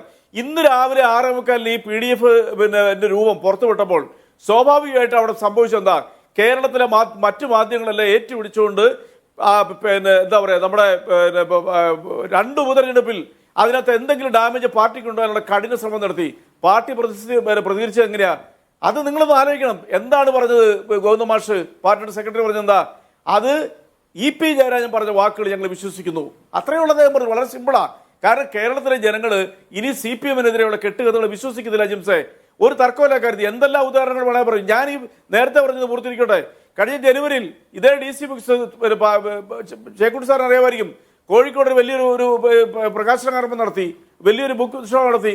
അതിൽ പച്ചക്കുരയെന്ന് കുതിരയെന്ന് തോന്നുന്നു അവരുടെ പ്രസിദ്ധീകരണത്തുമായിട്ട് ബന്ധപ്പെട്ട് മുഖ്യമന്ത്രിയായിട്ട് ബന്ധപ്പെടുത്തി പോലും വിവാദം ഉണ്ടായില്ലേ? അപ്പൊ ഇവരെല്ലാം പുസ്തകത്തിന്റെ സർക്കുലേഷൻ കൂട്ടാനായിട്ടും വിൽപ്പന കൂട്ടാൻ വേണ്ടി പല തന്ത്രങ്ങളും നടത്തും. പക്ഷെ അതിന് താരതമ്യേന ഭേദമായിരുന്നു DC ബുക്സ്. അപ്പൊ അതുകൊണ്ട് ഇവരൊക്കെ വിശുദ്ധരാണെന്നും പറഞ്ഞൊന്നും അഭിനയിക്കണ്ട. പിന്നെ EP ജയരാജനെ കുറിച്ച് എനിക്ക് ഒരു വാക്ക് പറയാനുണ്ട്. അത് പറയുന്നില്ലെങ്കിൽ ചർച്ചയിൽ എൻ്റെ എന്താ പറയുക, മാനസികാവസ്ഥയ്ക്ക് എന്തെങ്കിലും നീതി കാണിക്കാൻ പറ്റത്തില്ല. അത് ഇത്രയേ ഉള്ളൂ. അദ്ദേഹം പല കാര്യങ്ങളിലും ജാഗ്രത കുറവ് കാണിച്ചിട്ടുണ്ടെന്നുള്ളവരും ഇത് ഞാൻ പറയുന്നതല്ല, കേരളത്തിലെ മുഖ്യമന്ത്രി പറഞ്ഞിട്ടുണ്ട്. കഴിഞ്ഞ ലോക്സഭാ തെരഞ്ഞെടുപ്പിന് അന്ന് 7:30 വോട്ട് ചെയ്തിട്ട് അദ്ദേഹം പറഞ്ഞ കാര്യങ്ങൾ 1 മണിക്കൂർ കഴിഞ്ഞ് കേരളത്തിലെ മുഖ്യമന്ത്രി നിശ്ചിതമായിട്ട് വിമർശിച്ചിട്ടുണ്ട്. ജാഗ്രത കുറവ് അദ്ദേഹം പല കാര്യങ്ങളിലും. ഒരു തർക്കമല്ല കാര്യം. അത് ഇല്ല എന്ന് പറഞ്ഞാൽ ജാഗ്രതക്കുറവ് നിരന്തരം ആവർത്തിക്കുന്നു എന്നുള്ളതാണ് ഇവിടുത്തെ പ്രശ്നം. അതൊരു പ്രധാനപ്പെട്ട കാര്യമാണ്. അഡ്വക്കേറ്റ് ഷിബു മീരാൻ, ഇവിടെ ഒരു ക്രിമിനൽ ഗൂഢാലോചന നടന്നിട്ടുണ്ട് എന്നൊരു പരാതി പോലും പാർട്ടിക്കോ സർക്കാരിനോ EP ജയരാജനോ ആർക്കുമില്ല. എന്തുകൊണ്ടാകും? ഞാൻ വ്യക്തമാക്കാം ജിംസ്. ഇപ്പോൾ ചേക്കുട്ടി സാറ് പറഞ്ഞല്ലോ, ഇപ്പോൾ DC അവർ കൃത്യമായി ഈ കരാറ് പുറത്തു വിട്ടിട്ടില്ല, വിശദീകരിച്ചില്ല. എന്നാൽ അജിംസ് സൂചിപ്പിച്ചതുപോലെ അവരെ പേരിൽ നിന്ന് പുറകോട്ട് പോകുന്നില്ല. ഈ പരിപാടി മാറ്റിവെച്ചു എന്നല്ലാതെ തങ്ങൾക്ക് എന്തെങ്കിലും വീഴ്ച സംഭവിച്ചെന്ന് DC ബുക്സ് ഇതുവരെ പറഞ്ഞിട്ടില്ല. ഒരു കാര്യം കൃത്യമാണ്, ഈ ഗൂഢാലോചന ഇങ്ങനെ EP ജയരാജന്റെ ഇമേജിനെ ടാർണിഷ് ചെയ്യാൻ, ഈ തെരഞ്ഞെടുപ്പ് ദിവസം കേരളം ഭരിക്കുന്ന പാർട്ടിയെ പ്രതിസന്ധിയിലാക്കാൻ ഈ കണ്ടന്റ് പുറത്തു വന്നതും DC ബുക്സ് അനുവാദമില്ലാതെ ഈ ആത്മകഥയുടെ പ്രകാശനം തീരുമാനിച്ചതും ഗൂഢാലോചനയാണ് എന്ന് പറഞ്ഞാൽ DC ബുക്സിനെതിരെയാവണം ആ പരാതി. സ്വാഭാവികമായും DC ബുക്സ് അവരുടെ ഭാഗം വിശദീകരിക്കാൻ നിർബന്ധിതരാവും. അങ്ങനെ വിശദീകരിക്കാൻ നിർബന്ധിതരായാൽ ഞാൻ ഇപ്പോഴും കരുതുന്നു ഈ വാർത്ത ഇങ്ങനെ പുറത്തുവിട്ടാൽ ജയരാജന്റെ അനുമതി ഇല്ലാതെയാണെങ്കിൽ ജയരാജൻ പുലിവാലാക്കുമെന്ന് അറിയാത്തവരാണോ DC ബുക്സ്? അല്ലല്ലോ. സ്വാഭാവികമായും അങ്ങനെ DC ബുക്സിനോട് നേർക്ക് നേരെ കൺഫ്രണ്ട് ചെയ്യാൻ, ഒരു കേസ് DC ബുക്സിനെതിരെ കൊടുക്കാൻ, ഒരു സമരം ചെയ്യാൻ, അല്ലെങ്കിൽ സ്വയം ഒരു കേസ് എടുക്കാൻ കേരള പോലീസിനെ, ജയരാജനെ, CPM-നെ, ഗവൺമെന്റിനൊക്കെ ഭയപ്പെടുത്തുന്ന ചില കാര്യങ്ങൾ, ചില ഡാർക്ക് ഏരിയ ഇപ്പോഴും ഇതിലുണ്ട് എന്ന് വിശ്വസിക്കുന്ന ഒരാളാണ് ഞാൻ. കാരണം ഒറ്റയടിക്ക് അങ്ങനെ വിശ്വസിക്കാൻ കഴിയുന്നതല്ല ജയരാജൻ സഖാവിന്റെ പല നിക്ഷേപങ്ങളും. നമുക്കറിയാലോ, ഇപ്പൊ ഈ രാജു ചന്ദ്രശേഖരുമായിട്ടുള്ള പാർട്ട്ണർഷിപ്പ് ബിസിനസ് മൂപ്പർ ആദ്യം എന്താ പറയുന്നത്, പ്രതിപക്ഷ നേതാവ് പറഞ്ഞല്ലോ, അങ്ങനെ ഒരു കച്ചവടം എനിക്കുണ്ട് എന്ന് തെളിയിച്ചാൽ ഞാൻ ആ സ്വത്ത് സതീശന് തന്നേക്കാം എന്ന് പറഞ്ഞില്ലേ. അദ്ദേഹത്തിനല്ല സാങ്കേതികമായി, പക്ഷെ അദ്ദേഹത്തിന്റെ മകനും ഭാര്യയ്ക്കും ബിസിനസ് ഉണ്ട്. രാജു ചന്ദ്രശേഖരന്റെ കമ്പനിയും ജയരാജന്റെ ഭാര്യയും മകനും ഒരുമിച്ചൊരു ബിസിനസ് ചെയ്ത് മുന്നോട്ട് പോവാണ്. പാർട്ടിയുടെ അനുമതി വാങ്ങിയിട്ടൊന്നുമല്ല ജയരാജൻ അതിന് പോയത്. അങ്ങനെ എത്രയോ കാര്യങ്ങൾ നമുക്ക് ചൂണ്ടിക്കാണിക്കാൻ കഴിയും. ജാവ്ദേക്കറുമായി നടന്നിട്ടുള്ള ചർച്ച ആദ്യം അദ്ദേഹം അംഗീകരിച്ചിട്ടില്ല, പിന്നീട് ലോക്സഭാ തെരഞ്ഞെടുപ്പിന്റെ അന്ന് അദ്ദേഹം തുറന്ന് സംബന്ധിച്ച ഒരു സ്വകാര്യ സന്ദർശനമായിരുന്നു. അപ്പൊ ഇത് പാതിയെ പറഞ്ഞിട്ടുള്ളൂ. കുറച്ച് കാര്യങ്ങൾ കൂടി പുറത്തു പറയേണ്ടതുണ്ട്. അത് പുറത്തു വരാൻ ഇപ്പോൾ അദ്ദേഹം ഇഷ്ടപ്പെടാത്തത് കൊണ്ടാണ് ക്രിമിനൽ ഗൂഢാലോചനയ്ക്ക് കേസ് കൊടുക്കാത്തത്. കേരള പോലീസ് ഇത്രയും ഈ ഗവൺമെന്റിനെ പ്രതിസന്ധിയിലാക്കിയ ഇവർ മാധ്യമങ്ങൾ എങ്ങനെയാണ് കൈകാര്യം ചെയ്യുക? ഇവർക്കെതിരെ ഒരു വാർത്ത കൊടുക്കുമ്പോൾ അജിംസെ ഒരക്ഷരം മാറിപ്പോയാൽ, ഒരു ഫോൺ നമ്പർ അറിയാതെ വന്നാൽ, നിങ്ങൾക്കൊരു ചെറിയ പെശക സംഭവിച്ചാൽ എന്തെങ്കിലും ദാക്ഷിണ്യം ഈ രാജ്യത്തെ ഏതെങ്കിലും ഒരു മാധ്യമത്തോട് കാണിക്കുന്നവരാണ് ഇവർ. എന്തിനാ ഹിന്ദുവിനാ പരിഗണന കൊടുക്കുന്നത്? എന്തിനാ DC ബുക്സിന് ഈ പരിഗണന കൊടുക്കുന്നത്? ഇവർക്ക് തൊട്ടാൽ കൈകൊള്ളുന്ന ചില ഡാർക്ക് ഏരിയകൾ അതിനകത്തുണ്ട് എന്ന് ഞാൻ ഇപ്പോഴും ഉറച്ചു വിശ്വസിക്കുന്നു. DC ബുക്സിന്റെ വിശദീകരണം ഞാനത് പ്രതീക്ഷിക്കുന്നത് 20-ാം തീയതിക്ക് ശേഷമാണ്. അങ്ങനെ വിശ്വസിക്കാൻ എനിക്ക് എൻ്റെതായ ന്യായങ്ങളുണ്ട്. പക്ഷെ നിവൃത്തി കെട്ടാൽ അവർ പറയുന്ന കാര്യങ്ങൾ CPM-നും ജയരാജനും ഗുണപരമാവില്ല എന്ന് തന്നെയാണ് ഞാൻ വിശ്വസിക്കുന്നത്. ഒരു വരി പോലും ജയരാജൻ കാണാത്ത, ഒരു സംസാരവും നടത്താത്ത ഒരു ആത്മകഥ ജയരാജന്റെ പേരിൽ പ്രസിദ്ധീകരിക്കാൻ മാത്രം മണ്ടത്തരം DC ബുക്സ് കാണിക്കുമെന്ന് ഞാൻ ഇപ്പോഴും വിശ്വസിക്കുന്നില്ല. ജിംസ്, ശരി. ശ്രീ NP ചേക്കുട്ടി, ഈ തെരഞ്ഞെടുപ്പ് കാലമാണ്, അതുപോലെ തന്നെ പാർട്ടി തെരഞ്ഞെടുപ്പ് കാലം കൂടിയാണ്. EP ജയരാജൻ വലിയ മുതിർന്ന നേതാവാണ്, കേന്ദ്ര കമ്മിറ്റി അംഗമാണ്. ഇദ്ദേഹം പാർട്ടിയിൽ നിന്ന് അകലുകയാണ് എന്നൊരു ഫീൽ പൊതുസമൂഹത്തിലുണ്ട്, പാർട്ടി പ്രവർത്തകർക്കുണ്ട്. കഴിഞ്ഞ ലോക്സഭാ തെരഞ്ഞെടുപ്പിൽ അദ്ദേഹത്തിൻ്റെ അനവസരത്തിലുള്ള പ്രതികരണത്തെക്കുറിച്ച് പാർട്ടി അണികൾക്കിടയിലുള്ള അതൃപ്തി സാമൂഹ്യ മാധ്യമങ്ങളിൽ നമ്മൾ കാണുന്നതാണ്. മറ്റൊരു കാര്യം, ഈ പുസ്തകത്തിൽ തന്നെ അദ്ദേഹം വിശദീകരിക്കുന്ന പല വിവാദ സംഭവങ്ങളും, ഉദാഹരണത്തിന് സാന്റിയാഗോ മാർട്ടിൽ നിന്ന് 2 കോടി വാങ്ങിയത് ഉൾപ്പെടെ, ദേശാഭിമാനി ഇവിടെ കെട്ടിടം സാന്റിയാഗോ മാർട്ടിന് വിറ്റത് ഉൾപ്പെടെയുള്ള കാര്യങ്ങൾ അദ്ദേഹം വിശദീകരിക്കുന്നുണ്ട്. ഇതൊന്നും ഞാൻ അറിഞ്ഞതല്ല, അതൊക്കെ മാർക്കറ്റിംഗ് ടീം ചെയ്തതാണ്. ഇതൊന്നും പാർട്ടിയുടെ കൺകറൻസോ ഒന്നും കൂടാതെ അദ്ദേഹം നടന്നതാണെന്ന് അദ്ദേഹം സമ്മതിക്കുകയാണ് ഒരർത്ഥത്തിൽ. പക്ഷേ ഇതൊന്നും ഞാൻ അറിഞ്ഞു ചെയ്തതല്ല, ഞാൻ ഇതിൽ ചർച്ചയിൽ പങ്കെടുത്തിട്ടില്ല. ഈ കെട്ടിടം വിറ്റത് സാന്റിയാഗോ മാർട്ടിനാണെന്ന് എനിക്കറിയില്ലായിരുന്നു, പക്ഷേ പിന്നെയാണ് മനസ്സിലായത്. ഇങ്ങനെയൊക്കെ പറഞ്ഞ് ഒഴിയുകയാണ്. ഈ വൈദേക റിസോർട്ടിൻ്റെ കാര്യം വിശദീകരിക്കുമ്പോൾ പോലും രാജീവ് ചന്ദ്രശേഖർ എന്നൊരു വാക്ക് അദ്ദേഹം മിണ്ടുന്നില്ല. അദ്ദേഹത്തെക്കുറിച്ച് ഉയർന്ന ഏറ്റവും പ്രധാനപ്പെട്ട ഒരാക്ഷേപം കഴിഞ്ഞ ലോക്സഭാ തെരഞ്ഞെടുപ്പ് തിരുവനന്തപുരത്തെയും തൃശ്ശൂരെയും BJP സ്ഥാനാർത്ഥികൾ നല്ലവന്മാരായിരുന്നു, നല്ല മിടുക്കന്മാരാണെന്ന് അദ്ദേഹം പറഞ്ഞു. ആ പറഞ്ഞത് പിന്നെ അദ്ദേഹം അവർ ശക്തരാണ് എന്ന് ധ്വനിപ്പിക്കാൻ വേണ്ടി പറഞ്ഞാണെന്ന് പറഞ്ഞു ഒഴിഞ്ഞു. ഈ പുസ്തകത്തിൽ അതേക്കുറിച്ചൊന്നും പരാമർശമില്ല. അതായത് പാർട്ടിയുടെ കൺകറൻസ്, പാർട്ടിയോടുള്ള കൂടിയാലോചന ഇല്ലാതെ അദ്ദേഹം ചെയ്ത കാര്യങ്ങൾ പലതുണ്ട്.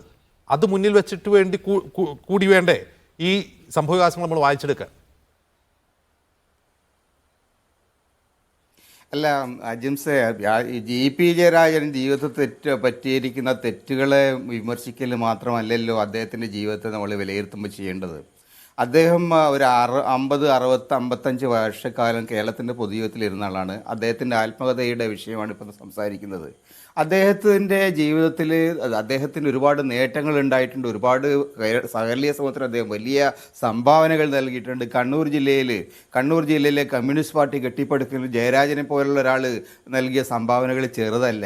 ഇന്നും നിങ്ങൾ കണ്ണൂർ ജില്ലയിൽ പോയി നോക്കൂ. കണ്ണൂർ ജില്ലയിൽ ജനങ്ങൾക്കിടയിൽ, പാർട്ടിക്കാർക്കിടയിൽ ഏറ്റവും ബഹുമാനമുള്ള, വിശ്വാസമുള്ള നേതാവ് തന്നെയാണ് EP ജയരാജൻ. തീർച്ചയായും അദ്ദേഹത്തിന് വ്യക്തിഗതമായ ചില ശീലങ്ങളുണ്ട്, ചില രീതികളുണ്ട്, വെട്ടിത്തുറന്ന് പറയുന്ന രീതിയുണ്ട്. ഇതെല്ലാം മനുഷ്യർക്കും പലതരത്തിലുള്ള സ്വഭാവവിശേഷങ്ങളുണ്ടാവും. MVR ഒരു ശൈലി ഉണ്ടായിരുന്നു, നായനാർക്ക് വേറൊരു ശൈലി ഉണ്ടായിരുന്നു, VS വേറൊരു ശൈലി ഉണ്ടായിരുന്നു. ആ തരത്തിലുള്ള ശൈലികളുണ്ട്. അതേ സമയത്ത് ഇത്തരം കാര്യങ്ങളിൽ തനിക്ക് പറയാനുള്ള കാര്യങ്ങൾ അദ്ദേഹം തുറന്ന് പറയുന്നുണ്ട്. അത് പാർട്ടിക്ക് ഇഷ്ടമാണ് അല്ലെങ്കിൽ പാർട്ടിയുടെ അനുമതി ഉണ്ട് ഇല്ല എന്നുള്ളതല്ല. ചില കാര്യങ്ങൾ പൊതുസമൂഹത്തിന് താല്പര്യം അല്ല പൊതുസമൂഹത്തിനെ അറിയിക്കേണ്ട കാര്യങ്ങൾ അത് അറിയിക്കാൻ അദ്ദേഹം ശ്രമിച്ചിട്ടുണ്ടെന്നുള്ളതാണ്. അപ്പോൾ അത്തരം കാര്യങ്ങളൊക്കെ ആത്മകഥയിലല്ലാതെ പിന്നെ എവിടെ ചെയ്യാൻ കഴിയുക? ഇപ്പോൾ ഇതൊരു സാങ്കേതികമായിട്ട് പാർട്ടിയുടെ പെർമിഷൻ എടുത്ത്, പാർട്ടിയുടെ എല്ലാ പെർമിഷനും എടുക്കാനൊന്നും കഴിയില്ല. ആരാണ് ഈ പാർട്ടി എന്ന് പറയുന്നത്? ഇപ്പോൾ അദ്ദേഹത്തെ പോലുള്ള ആളുകളാണ് പാർട്ടി.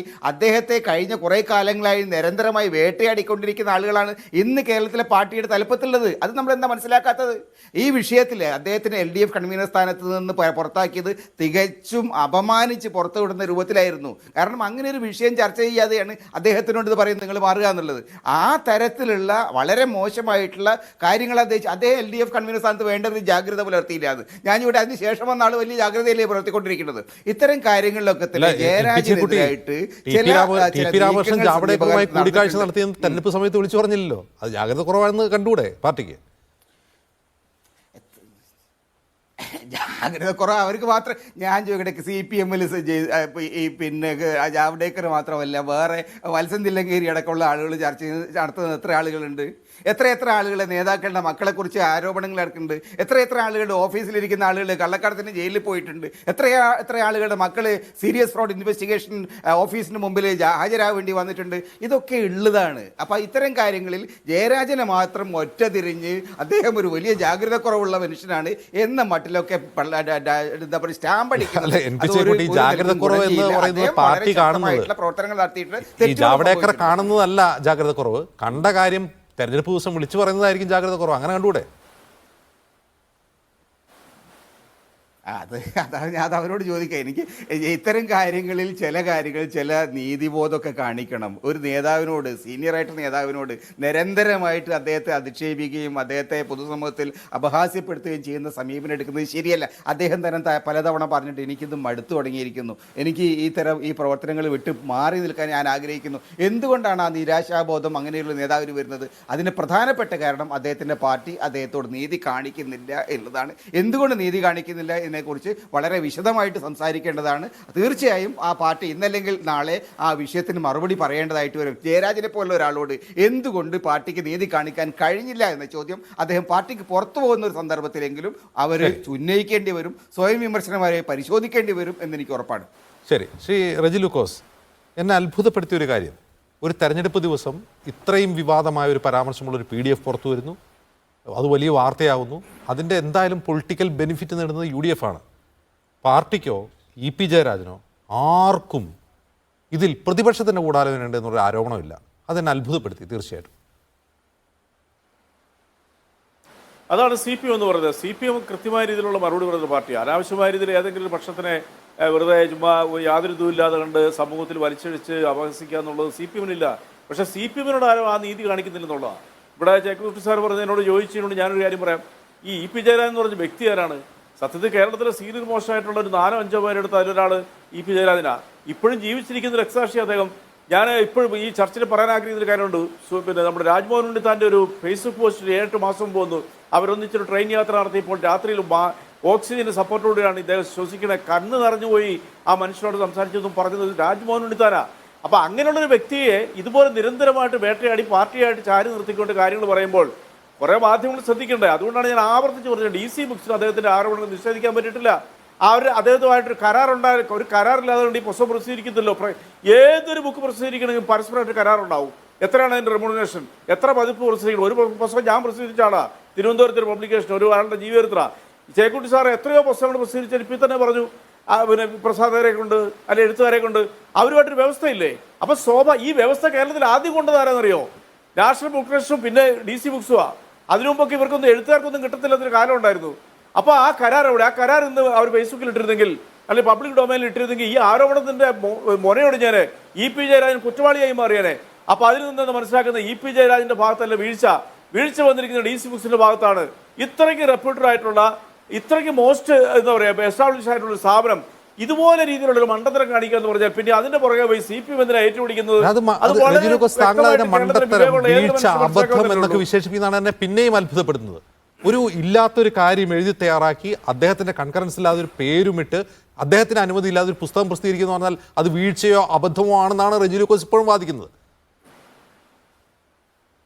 അല്ല, അത് ഞാനൊരു മാന്യമായ പദം ഉപയോഗിച്ചെന്നുള്ളൂ. അത് ഞാൻ ആദ്യം തന്നെ പറഞ്ഞില്ല. അത് തെറ്റ് കടുത്ത തെറ്റാ. പ്രത്യേകിച്ച് ഒരു ഇലക്ഷന്റെ പക്കത്ത് ഒരു 2 ഉപതെരഞ്ഞെടുപ്പിന് പക്കത്ത് ചേലക്കരയും ഇതേ വീഴ്ചയും അബദ്ധവും മാധ്യമങ്ങൾക്ക് സംഭവിക്കാറുണ്ട്. റെജി ലൂക്കോസ്, ഈ വീഴ്ചയും അബദ്ധവും മാനുഷികമായ അബദ്ധങ്ങളൊക്കെ മാധ്യമങ്ങൾക്ക് സംഭവിക്കാറുണ്ട്. പക്ഷേ അങ്ങനെ ഒരു ദാക്ഷിണ്യം മാധ്യമങ്ങളോട് പുലർത്താറില്ല പാർട്ടി. അങ്ങനെ ഒരു ദാക്ഷിണ്യവും ഇല്ല. സോഷ്യൽ മീഡിയയിൽ ഫോൺ നമ്പർ പ്രസിദ്ധീകരിച്ച് വിളിച്ച് ഭീഷണിപ്പെടുത്തുക, തെരുവിളിക്കുകയൊക്കെ പാർട്ടിയുടെ ശൈലിയാണ്. അല്ല, അതിന് വ്യക്തമായിട്ടുണ്ട്. ഞാനും 2000 മുതൽ കൈരളി ചാനൽ ഈ പരിപാടി ചെയ്തുകൊണ്ടിരുന്ന ഒരാളാണ്. എനിക്ക് വളരെ വ്യക്തമായിട്ട് അറിയാൻ പറ്റും. ഞാനൊരു കാര്യം പറയാം. അതായത് മാധ്യമങ്ങളുടെ ഭാഗത്ത് വീഴ്ച വരിക എന്നുള്ളത് സ്വാഭാവികം, മനുഷ്യമായിട്ടുള്ള എറർ വരാറുണ്ട്. മനഃപൂർവ്വം ഒരു പാർട്ടിയെ തേജോധം ചെയ്യാനായിട്ട് കള്ള വാർത്തകൾ പ്രസിദ്ധീകരിക്കുമ്പോൾ DC ബുക്സിന് സംഭവിച്ചത് അബദ്ധമാണോ വീഴ്ചയാണോ അതോ ക്രിമിനൽ കോൺസ്പിറസി അവിടെ നടന്നോ? എന്താണ് നിങ്ങളുടെ അഭിപ്രായം? അല്ല, ഞാൻ ഈ 2 കാര്യങ്ങളിലും വിശ്വസിക്കുന്നതാണ്. അതിനകത്തൊരു ഗൂഢാലോചന ഉണ്ട്. കാരണം ഗൂഢാലോചന ഉണ്ടെന്ന് പറയാനായിട്ട് ഞാൻ പറയാൻ ഒരു കാരണം എന്തുകൊണ്ടാണ്? ഒരു പുസ്തകത്തിന് പ്രൊമോഷന് വേണ്ടിയിട്ടാണെങ്കിൽ ആ പുസ്തകം മുഴുവൻ പ്രസിദ്ധീകരിക്കുമോ? പിന്നെ ആരെങ്കിലും വായിക്കുമോ? ഇത് നഷ്ടപ്പെട്ടു പോയില്ലേ? പാർട്ടിക്കെതിരെ ക്രിമിനൽ കോൺസ്പിറസി നടന്നിട്ട് ഞാൻ ഇപ്പോൾ DC ബുക്സിന്റെ ഫേസ്ബുക്ക് പോസ്റ്റ് പോയി നോക്കി. അവിടെ തെറിയാഭിഷേകമില്ല, ചീത്തവിളിയില്ല, ഒരു ആക്രമണവും ഇല്ല. രവി DC ഷാർജയിലുണ്ട്, ഷാർജ ബുക്ക് ഫെസ്റ്റിലുണ്ട്. അദ്ദേഹത്തെ അവിടെ ആരും ആക്രമിക്കുന്നില്ല. അദ്ദേഹത്തിന്റെ ഫോണിന് ഒരു പ്രശ്നമില്ല, ഒരു കുഴപ്പമില്ല. ഒരു തരത്തിലുള്ള രോഷവും CPM അണികൾക്കില്ല. അതാണ് എന്നെ അത്ഭുതപ്പെടുന്നത്. അത് പിന്നെ അജിംസ് സോഷ്യൽ മീഡിയ കാണാത്തതുകൊണ്ടാണ്. സോഷ്യൽ മീഡിയയിൽ DC ബുക്സിനെ കുറിച്ച് വളരെ ധാർമ്മികമായ അന്തസ്സായ വാക്കുകളിൽ വിമർശനങ്ങൾ നിരവധി വരുന്നുണ്ട്. അസഭ്യവിമർശനങ്ങൾ പൊതുവെ അങ്ങനെ CPM സഹാക്കൾ ചെയ്യാറില്ല. അത് CPM-ന്റെ പേരിൽ വ്യാജ ഐഡി ഉണ്ടാക്കി ആരൊക്കെ ചെയ്യുന്ന. ഇപ്പം ഞാൻ സോഷ്യൽ മീഡിയ സജീവരാണ്. എൻ്റെ വായിന്ന് ഒരു ചെറിയ പെശ പോലും ഞാൻ 3 തവണ വായിച്ചിട്ട് അത് പോസ്റ്റ് ചെയ്യാറുള്ളൂ. അതൊക്കെ ചുമ്മാ വെറുതെ ആരോപണങ്ങൾ മാത്രം. പക്ഷെ വിമർശനങ്ങൾ നിരവധിയുണ്ട് സാമൂഹ്യ മാധ്യമങ്ങളിൽ. അപ്പൊ നമുക്ക് ഇത് വിമർശിച്ച് ഡി സിയെ തിരുത്താം. റെജി ലൂക്കോസ്, പാർട്ടി വിമർശിച്ച് ഡി സി ബുക്സിന്റെ ഈ വീഴ്ചയെ തിരുത്തും, അതല്ലാതെ ക്രിമിനൽ കോൺസ്പിറസിക്ക് കേസ് ഉണ്ടാവില്ല, അങ്ങനെയാണോ? എന്ന് പറയാൻ ഞാനാണല്ല. ഞാൻ എൻ്റെ അഭിപ്രായത്തിൽ അതിന് നിയമപരമായിട്ട് നടപടി സ്വീകരിക്കണം. GP ജയരാജൻ പറയുന്ന വാക്കുകൾ ശരിയാണെന്നുണ്ടെങ്കിൽ, ഞാൻ അടിവരയിട്ട് പറയുന്നത് ശരിയാണെന്നുണ്ടെങ്കിൽ അത് നിയമപരമായ നടപടികൾ സ്വീകരിക്കണം. അത് EP ജയരാജൻ ഉത്തരവാദിത്തമാണ്. പാർട്ടിക്ക് ഇതോടെ യാതൊരു ബന്ധവുമില്ല. കാരണം പാർട്ടിയോട് ആലോചിച്ചിട്ടോ പാർട്ടിയുടെ അടുത്ത് ഈ ബുക്ക് സബ്മിറ്റ് ചെയ്ത് ഞാനിത് പ്രസിദ്ധീകരണത്തിന് കൊടുത്തോട്ടെ എന്നുള്ള അനുമതി മേടിക്കുന്നതിന് മുമ്പാണ് ഇത് പുറത്തു വന്നിട്ടുണ്ടെങ്കിൽ അതിന് ഉത്തരവാദിത്തം EP ജയരാജൻ മാത്രം. അങ്ങനെ പാർട്ടിയോട് ബന്ധപ്പെടുന്നത് അവിടെ P ജയരാജൻ്റെ മാതൃകയില്ല. P ജയരാജൻ മാത്രമല്ല, ഉത്തരത്ത് നാരായണെന്ന് പറഞ്ഞ വ്യക്തിയുണ്ട് ദേശാഭിമാനിയുടെ തലപ്പത്തിരിക്കുന്നത്. അദ്ദേഹത്തിന് P ജയരാജൻ തന്റെ ബുക്ക് അദ്ദേഹത്തിന് സമർപ്പിച്ചത് തിരുത്തലുകൾ വരുത്തി അതിന് അച്ചടക്കത്തിലൂടെ അത് സ്വീകരിച്ച് ബുക്ക് പ്രസിദ്ധീകരിച്ചു. ഞാൻ ആ ബുക്ക് വായിച്ചതിന് പിറ്റേ ദിവസം നമ്മളെല്ലാവരും വായിച്ചു, ഇരിക്കുന്ന എല്ലാവരും ആ ബുക്ക് വായിച്ചതാണ്. അപ്പൊ അത് ചെയ്യാത്തിടത്തോളം കാലം അദ്ദേഹം ബുക്ക് പ്രസിദ്ധീകരണത്തിന് തയ്യാറായിട്ടില്ല, അദ്ദേഹം പൂർത്തീകരിച്ചിട്ടില്ല എന്ന് പറയുന്ന എഴുത്ത്. അപ്പൊ അദ്ദേഹത്തിന് അതിനെ കുറ്റപ്പെടുത്താൻ പറ്റിയേ? അവിടെയാണ് DC ബുക്സിന്റെ ഭാഗത്തുനിന്നുള്ള വീഴ്ച. അവരുടെ ഭാഗത്തുനിന്നുള്ള വീഴ്ചയല്ലെന്നും അല്ലെങ്കിൽ അവരുടെ ഭാഗത്ത് ഏതെങ്കിലും സോഴ്സിലൂടെ അവരെന്തിനെങ്കിലും വഴങ്ങി കൊടുത്തിട്ടാണോ ഈ തെരഞ്ഞെടുപ്പ് കാലത്ത് ഇത് പോസ്റ്റ് ചെയ്യുന്നുള്ളൊരു അന്വേഷണത്തിലൂടെ തിരിച്ചറിയണം. അത് ചെയ്യേണ്ടത് അങ്ങനെ ഒരു അന്വേഷണം നടക്കുമോ എന്നുള്ളത് നമുക്ക് കാത്തിരുന്ന് കാണാം.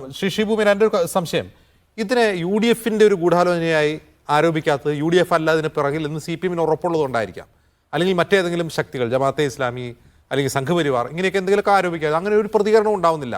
ഇതൊരു ഇൻസൈഡ് പ്രശ്നമായി CPM കാണുന്നു എന്ന് തോന്നുന്നുണ്ടോ? ഞാൻ അതാ ആദ്യം പറഞ്ഞത്. ഇവിടെ പറഞ്ഞ മെറിറ്റോറിയസ് ആയിട്ട് ആരോപണം ഉന്നയിക്കുന്നവരൊന്നും അല്ല ഇവർക്ക് ഡിഫെൻഡ് ചെയ്യേണ്ടി വന്നാൽ ഇവർ ആർക്കെതിരെയും ഇത്തരം ആരോപണങ്ങൾ ഉന്നയിക്കും. ഇപ്പോൾ A.A. റഹീമും ഒക്കെ കൂടി പാലക്കാട് ഹോട്ടൽ കണ്ട നാടകം, അത് അവിടുത്തെ സ്ഥാനാർത്ഥി അടക്കം പിറ്റേ ദിവസം ഷാഫി പറമ്പിലിന്റെ തലയിടാൻ ശ്രമിക്കുന്നത് നമ്മൾ കണ്ടതല്ലേ അജിംസ്? അപ്പൊ ഇവരങ്ങനെ മെറിറ്റോറിയസ് ആയിട്ടൊന്നുമല്ല കാര്യങ്ങൾ പറയാറ്. ഇത് ഞാൻ ആദ്യം പറഞ്ഞൊരു വാചകം അജിംസ് ഓർക്കുന്നുണ്ടാവും. ഇതൊരു വലിയ ആഭ്യന്തര പ്രതിസന്ധിയാണ്.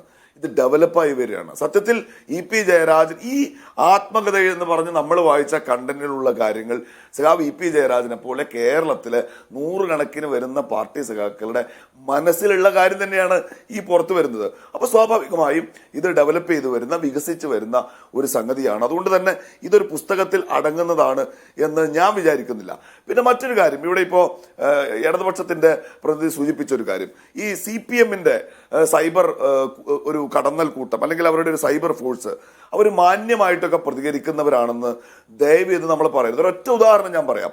KK രമ, സഖാവ് TP ചന്ദ്രശേഖരന്റെ പിന്നെ ജീവിത പങ്കാളിയായിട്ടുള്ള ഇപ്പോഴത്തെ MLA, ഒരു ഘട്ടത്തിൽ ഞാൻ അജിംസിനോട് പറയാം, ഈ KK രമയുടെ ഫേസ്ബുക്ക് പേജിൽ ഈ CPM സൈബർ കടന്നൽ കൂട്ടത്തിന്റെ തെറി കണ്ട് സഹിക്കവയ്യാതെ മറ്റൊരാൾ KK രമയ്ക്ക് പിന്തുണയായിട്ടൊരു പോസ്റ്റ് ഇടാണ്.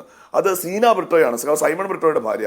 അവർ പറഞ്ഞത് TP ചന്ദ്രശേഖരനോട് നിങ്ങൾക്ക് എതിർപ്പുണ്ടാവും, KK രമയോട് നിങ്ങൾക്ക് എതിർപ്പുണ്ടാവും, പക്ഷെ നിങ്ങൾ ഈ കേട്ടാൽ അറക്കുന്ന തെറി വിളിക്കുന്ന ആ സ്ത്രീ SFI പോലെ DYFI പോലെയുള്ള സംഘടനകൾ കോഴിക്കോട് ജില്ലയിലും ഈ സംസ്ഥാനത്തും കെട്ടിപ്പടുക്കാൻ ത്യാഗനിർഭരമായി പ്രവർത്തിച്ച ഒരാളാണ്. അവർ വ്യത്യസ്തമായ ഒരു നിലപാട് സ്വീകരിക്കുമ്പോൾ അവരെ ഇമ്മട്ടിൽ ആക്രമിക്കുന്നത് ശരിയല്ല എന്ന് സമരത്തിൽ പങ്കെടുക്കുന്ന രമയുടെ ചിത്രം വെച്ച് സീന ബ്രിട്ടോയ്ക്ക് ഒരു പോസ്റ്റ് ഇടേണ്ടി വന്നു. KK രമയുടെ ഒരു അനുഭവം ഞാൻ പറയും. ഇത്തരം അനുഭവങ്ങൾ ഇവിടുത്തെ മാധ്യമ പ്രവർത്തകർക്കുണ്ട്, ഇവരെ രാഷ്ട്രീയമായി എതിർത്ത് നിൽക്കുന്നവരുണ്ട്. അത്തരത്തിൽ കടന്നലിളകി വന്ന് എതിരാളികളെ ടാർണിഷ് ചെയ്യുന്ന CPMന്റെ സൈബർ പിന്നെ കടന്നൽ കൂട്ടവും ഇവരുടെ പാർട്ടി നേതൃത്വവും ഒക്കെ ഇത് വീഴ്ചയാണ് എന്ന് പറയുന്നുവെങ്കിൽ ഞാൻ പറയുന്നു അജിംസെ, ഈ സോഫ്റ്റ് അപ്രോച്ചിന് പിറകിൽ നമ്മൾ കാര്യമായി പലതും ഉണ്ട് എന്ന് സംശയിക്കേണ്ടിയിരിക്കുന്നു. അതല്ലെങ്കിൽ DC ബുക്സിനെ ഒന്നും എന്നല്ല ആരെയും അങ്ങനെ വെറുതെ വിട്ട ചരിത്രം ഇവർക്കില്ല. നമുക്കറിയാവുന്നല്ലേ എത്ര മാധ്യമങ്ങളെ വിളിക്കാൻ ഇവരൊരു പുതിയ വാക്ക് തന്നെ സോഷ്യൽ മീഡിയയിൽ കൊണ്ടുവന്നു. ഞാൻ ആ വാക്ക് ഇവിടെ പറയുന്നില്ല, ഇവർ കൊണ്ടുവന്ന വാക്കാ. ഒരു ദാക്ഷിണ്യവും ഇന്നലകളിൽ കാണിച്ചവരല്ല. ഇപ്പൊ അല്പം മര്യാദ കാണിക്കുന്നുണ്ടെങ്കിൽ ഭയക്കാൻ പലതും ഉള്ളതുകൊണ്ടാണ്. ശരി, ശ്രീ NP ചെക്കുട്ടി, ഈ MV രാഘവന്റെ സ്നേക്ക് പാർക്ക് കത്തിച്ച സംഭവത്തെ കുറിച്ചൊക്കെ ഈ പുസ്തകത്തിൽ പരാമർശമുണ്ട്. അത് പാർട്ടി അറിഞ്ഞു ചെയ്തതല്ല, ഏതോ എഞ്ചിനീയറിംഗ് കോളേജ് വിദ്യാർത്ഥികളുടെ വൈകാരിക പ്രകടനമായിരുന്നു എന്നൊക്കെ പറയുന്നത്. അതായത് അങ്ങനെ വൈകാരിക പ്രകടനത്തിൽ ഒരു ദാക്ഷിണ്യവും കാണിക്കാത്ത ഒരു പാർട്ടിയുടെ എക്കോസിസ്റ്റം DC ബുക്സിനോട് സോഫ്റ്റ് ആവുന്നത് എന്തുകൊണ്ടാകും? അല്ല, അവർക്ക് തന്നെ അറിയാം ഇതിനകത്ത് അവരുടേതായിട്ടുള്ള ആഭ്യന്തരമായിട്ട് പ്രശ്നങ്ങളുണ്ട്. EP തന്നെ, ഞാൻ EP എഴുതിയോ EPക്ക് വേണ്ടി എഴുതിയോ എന്ന് എനിക്കറിയില്ല. ഇപ്പോൾ അദ്ദേഹം അതിനെ തള്ളി പറയുന്നുണ്ടെങ്കിൽ പോലും EP തന്നെ അദ്ദേഹം പരസ്യമായിട്ട് പലതവണ പറഞ്ഞിട്ട് എനിക്ക് നിരാശയുണ്ടെന്ന് അദ്ദേഹം പറഞ്ഞിട്ട് ഈ പരിപാടി നിർത്തിയിട്ട് വീട്ടിൽ പോയി ഇരിക്കണമെന്ന് ഞാൻ ആഗ്രഹിക്കുന്നതായിട്ട് അദ്ദേഹം പറഞ്ഞിട്ട് നിങ്ങളത് അദ്ദേഹത്തിൻ്റെ കഴിഞ്ഞ കുറേ കാലത്തെ പബ്ലിക് സ്റ്റേറ്റ്മെൻറ്റ്സ് നോക്കിക്കഴിഞ്ഞാൽ കേരളത്തിലെ ഇടതുപക്ഷ രാഷ്ട്രീയ പ്രസ്ഥാനത്തിനകത്ത് കേരളത്തിലെ കമ്മ്യൂണിസ്റ്റ് പാർട്ടിയുടെ ലീഡർഷിപ്പിനെ സംബന്ധിച്ച് അദ്ദേഹത്തിന് കടുത്ത വിരോധവും കടുത്ത എന്താ പറയുക വിപ്രതിപത്തിയും ഉണ്ട്. അദ്ദേഹത്തിന് ശക്തമായ വിമർശനങ്ങളുണ്ട്. അത് അദ്ദേഹം പരസ്യമായിട്ട് പറയാത്തത് അദ്ദേഹം ഇപ്പോഴും പാർട്ടിയിലുള്ളത് കൊണ്ടാണ്. ആ ഒരു സാഹചര്യത്തിൽ ഇന്നല്ലെങ്കിൽ നാളെ EP പുറത്തേക്ക് പോവും എന്നാണ് നമ്മൾ മനസ്സിലാക്കേണ്ടത്. ഒരുപക്ഷെ CPM-ഉം അത് തന്നെയായിരിക്കണം ആൻറ്റിസിപ്പേറ്റ് ചെയ്യുന്നത്. അദ്ദേഹം പുറത്ത് പോട്ടെ, ആ സമയത്തേക്ക് വരാം. അദ്ദേഹം ഇപ്പോൾ അകത്തായതുകൊണ്ട് മാത്രം ഒരു സോഫ്റ്റ് പൊസിഷൻ എടുക്കാം. നാളെ അദ്ദേഹം പുറത്തു പോകുമ്പോൾ ഇതിന്ന് വ്യത്യസ്തമായിട്ടുള്ള ഒരു സമീപനം നമുക്ക് കാണാൻ കഴിയും. അത് ഏതാനും മാസങ്ങളുടെ സമയം മാത്രമേ ബാക്കിയുണ്ട് എന്നാണ് ഞാൻ കരുതുന്നത്. കാരണം ഇത് ഇനി അധികകാലം അവർ ഒന്നിച്ചു നിൽക്കാനുള്ള സാധ്യത വളരെ വളരെ പരിമിതമാണ്. ശരി, എന്തായാലും ബ്ലാക്ക് ആൻഡ് വൈറ്റ് എന്ന് വേർതിരിക്കാവുന്ന രീതിയിലുള്ളൊരു കാര്യമല്ല. ഇപ്പോൾ കണ്ട കഥകൾ, കാഴ്ചകൾ തീർച്ചയായിട്ടും ഇതിൽ ഒരുപാട് ഗ്രേ ഏരിയ ഉണ്ട് എന്ന് മനസ്സിലാകുന്നു. അതിൻ്റെ കൂടുതൽ വിശദാംശങ്ങൾ തെരഞ്ഞെടുപ്പ് കഴിയുമ്പോഴെങ്കിലും പുറത്തു വരുമെന്ന് പ്രതീക്ഷിക്കാം. വളരെ നന്ദി ശ്രീ NP ചേക്കുട്ടി, ഷിബു മീരാൻ, റജി ലൂക്കോസ് ഇത്രയും സംസാരിച്ചു.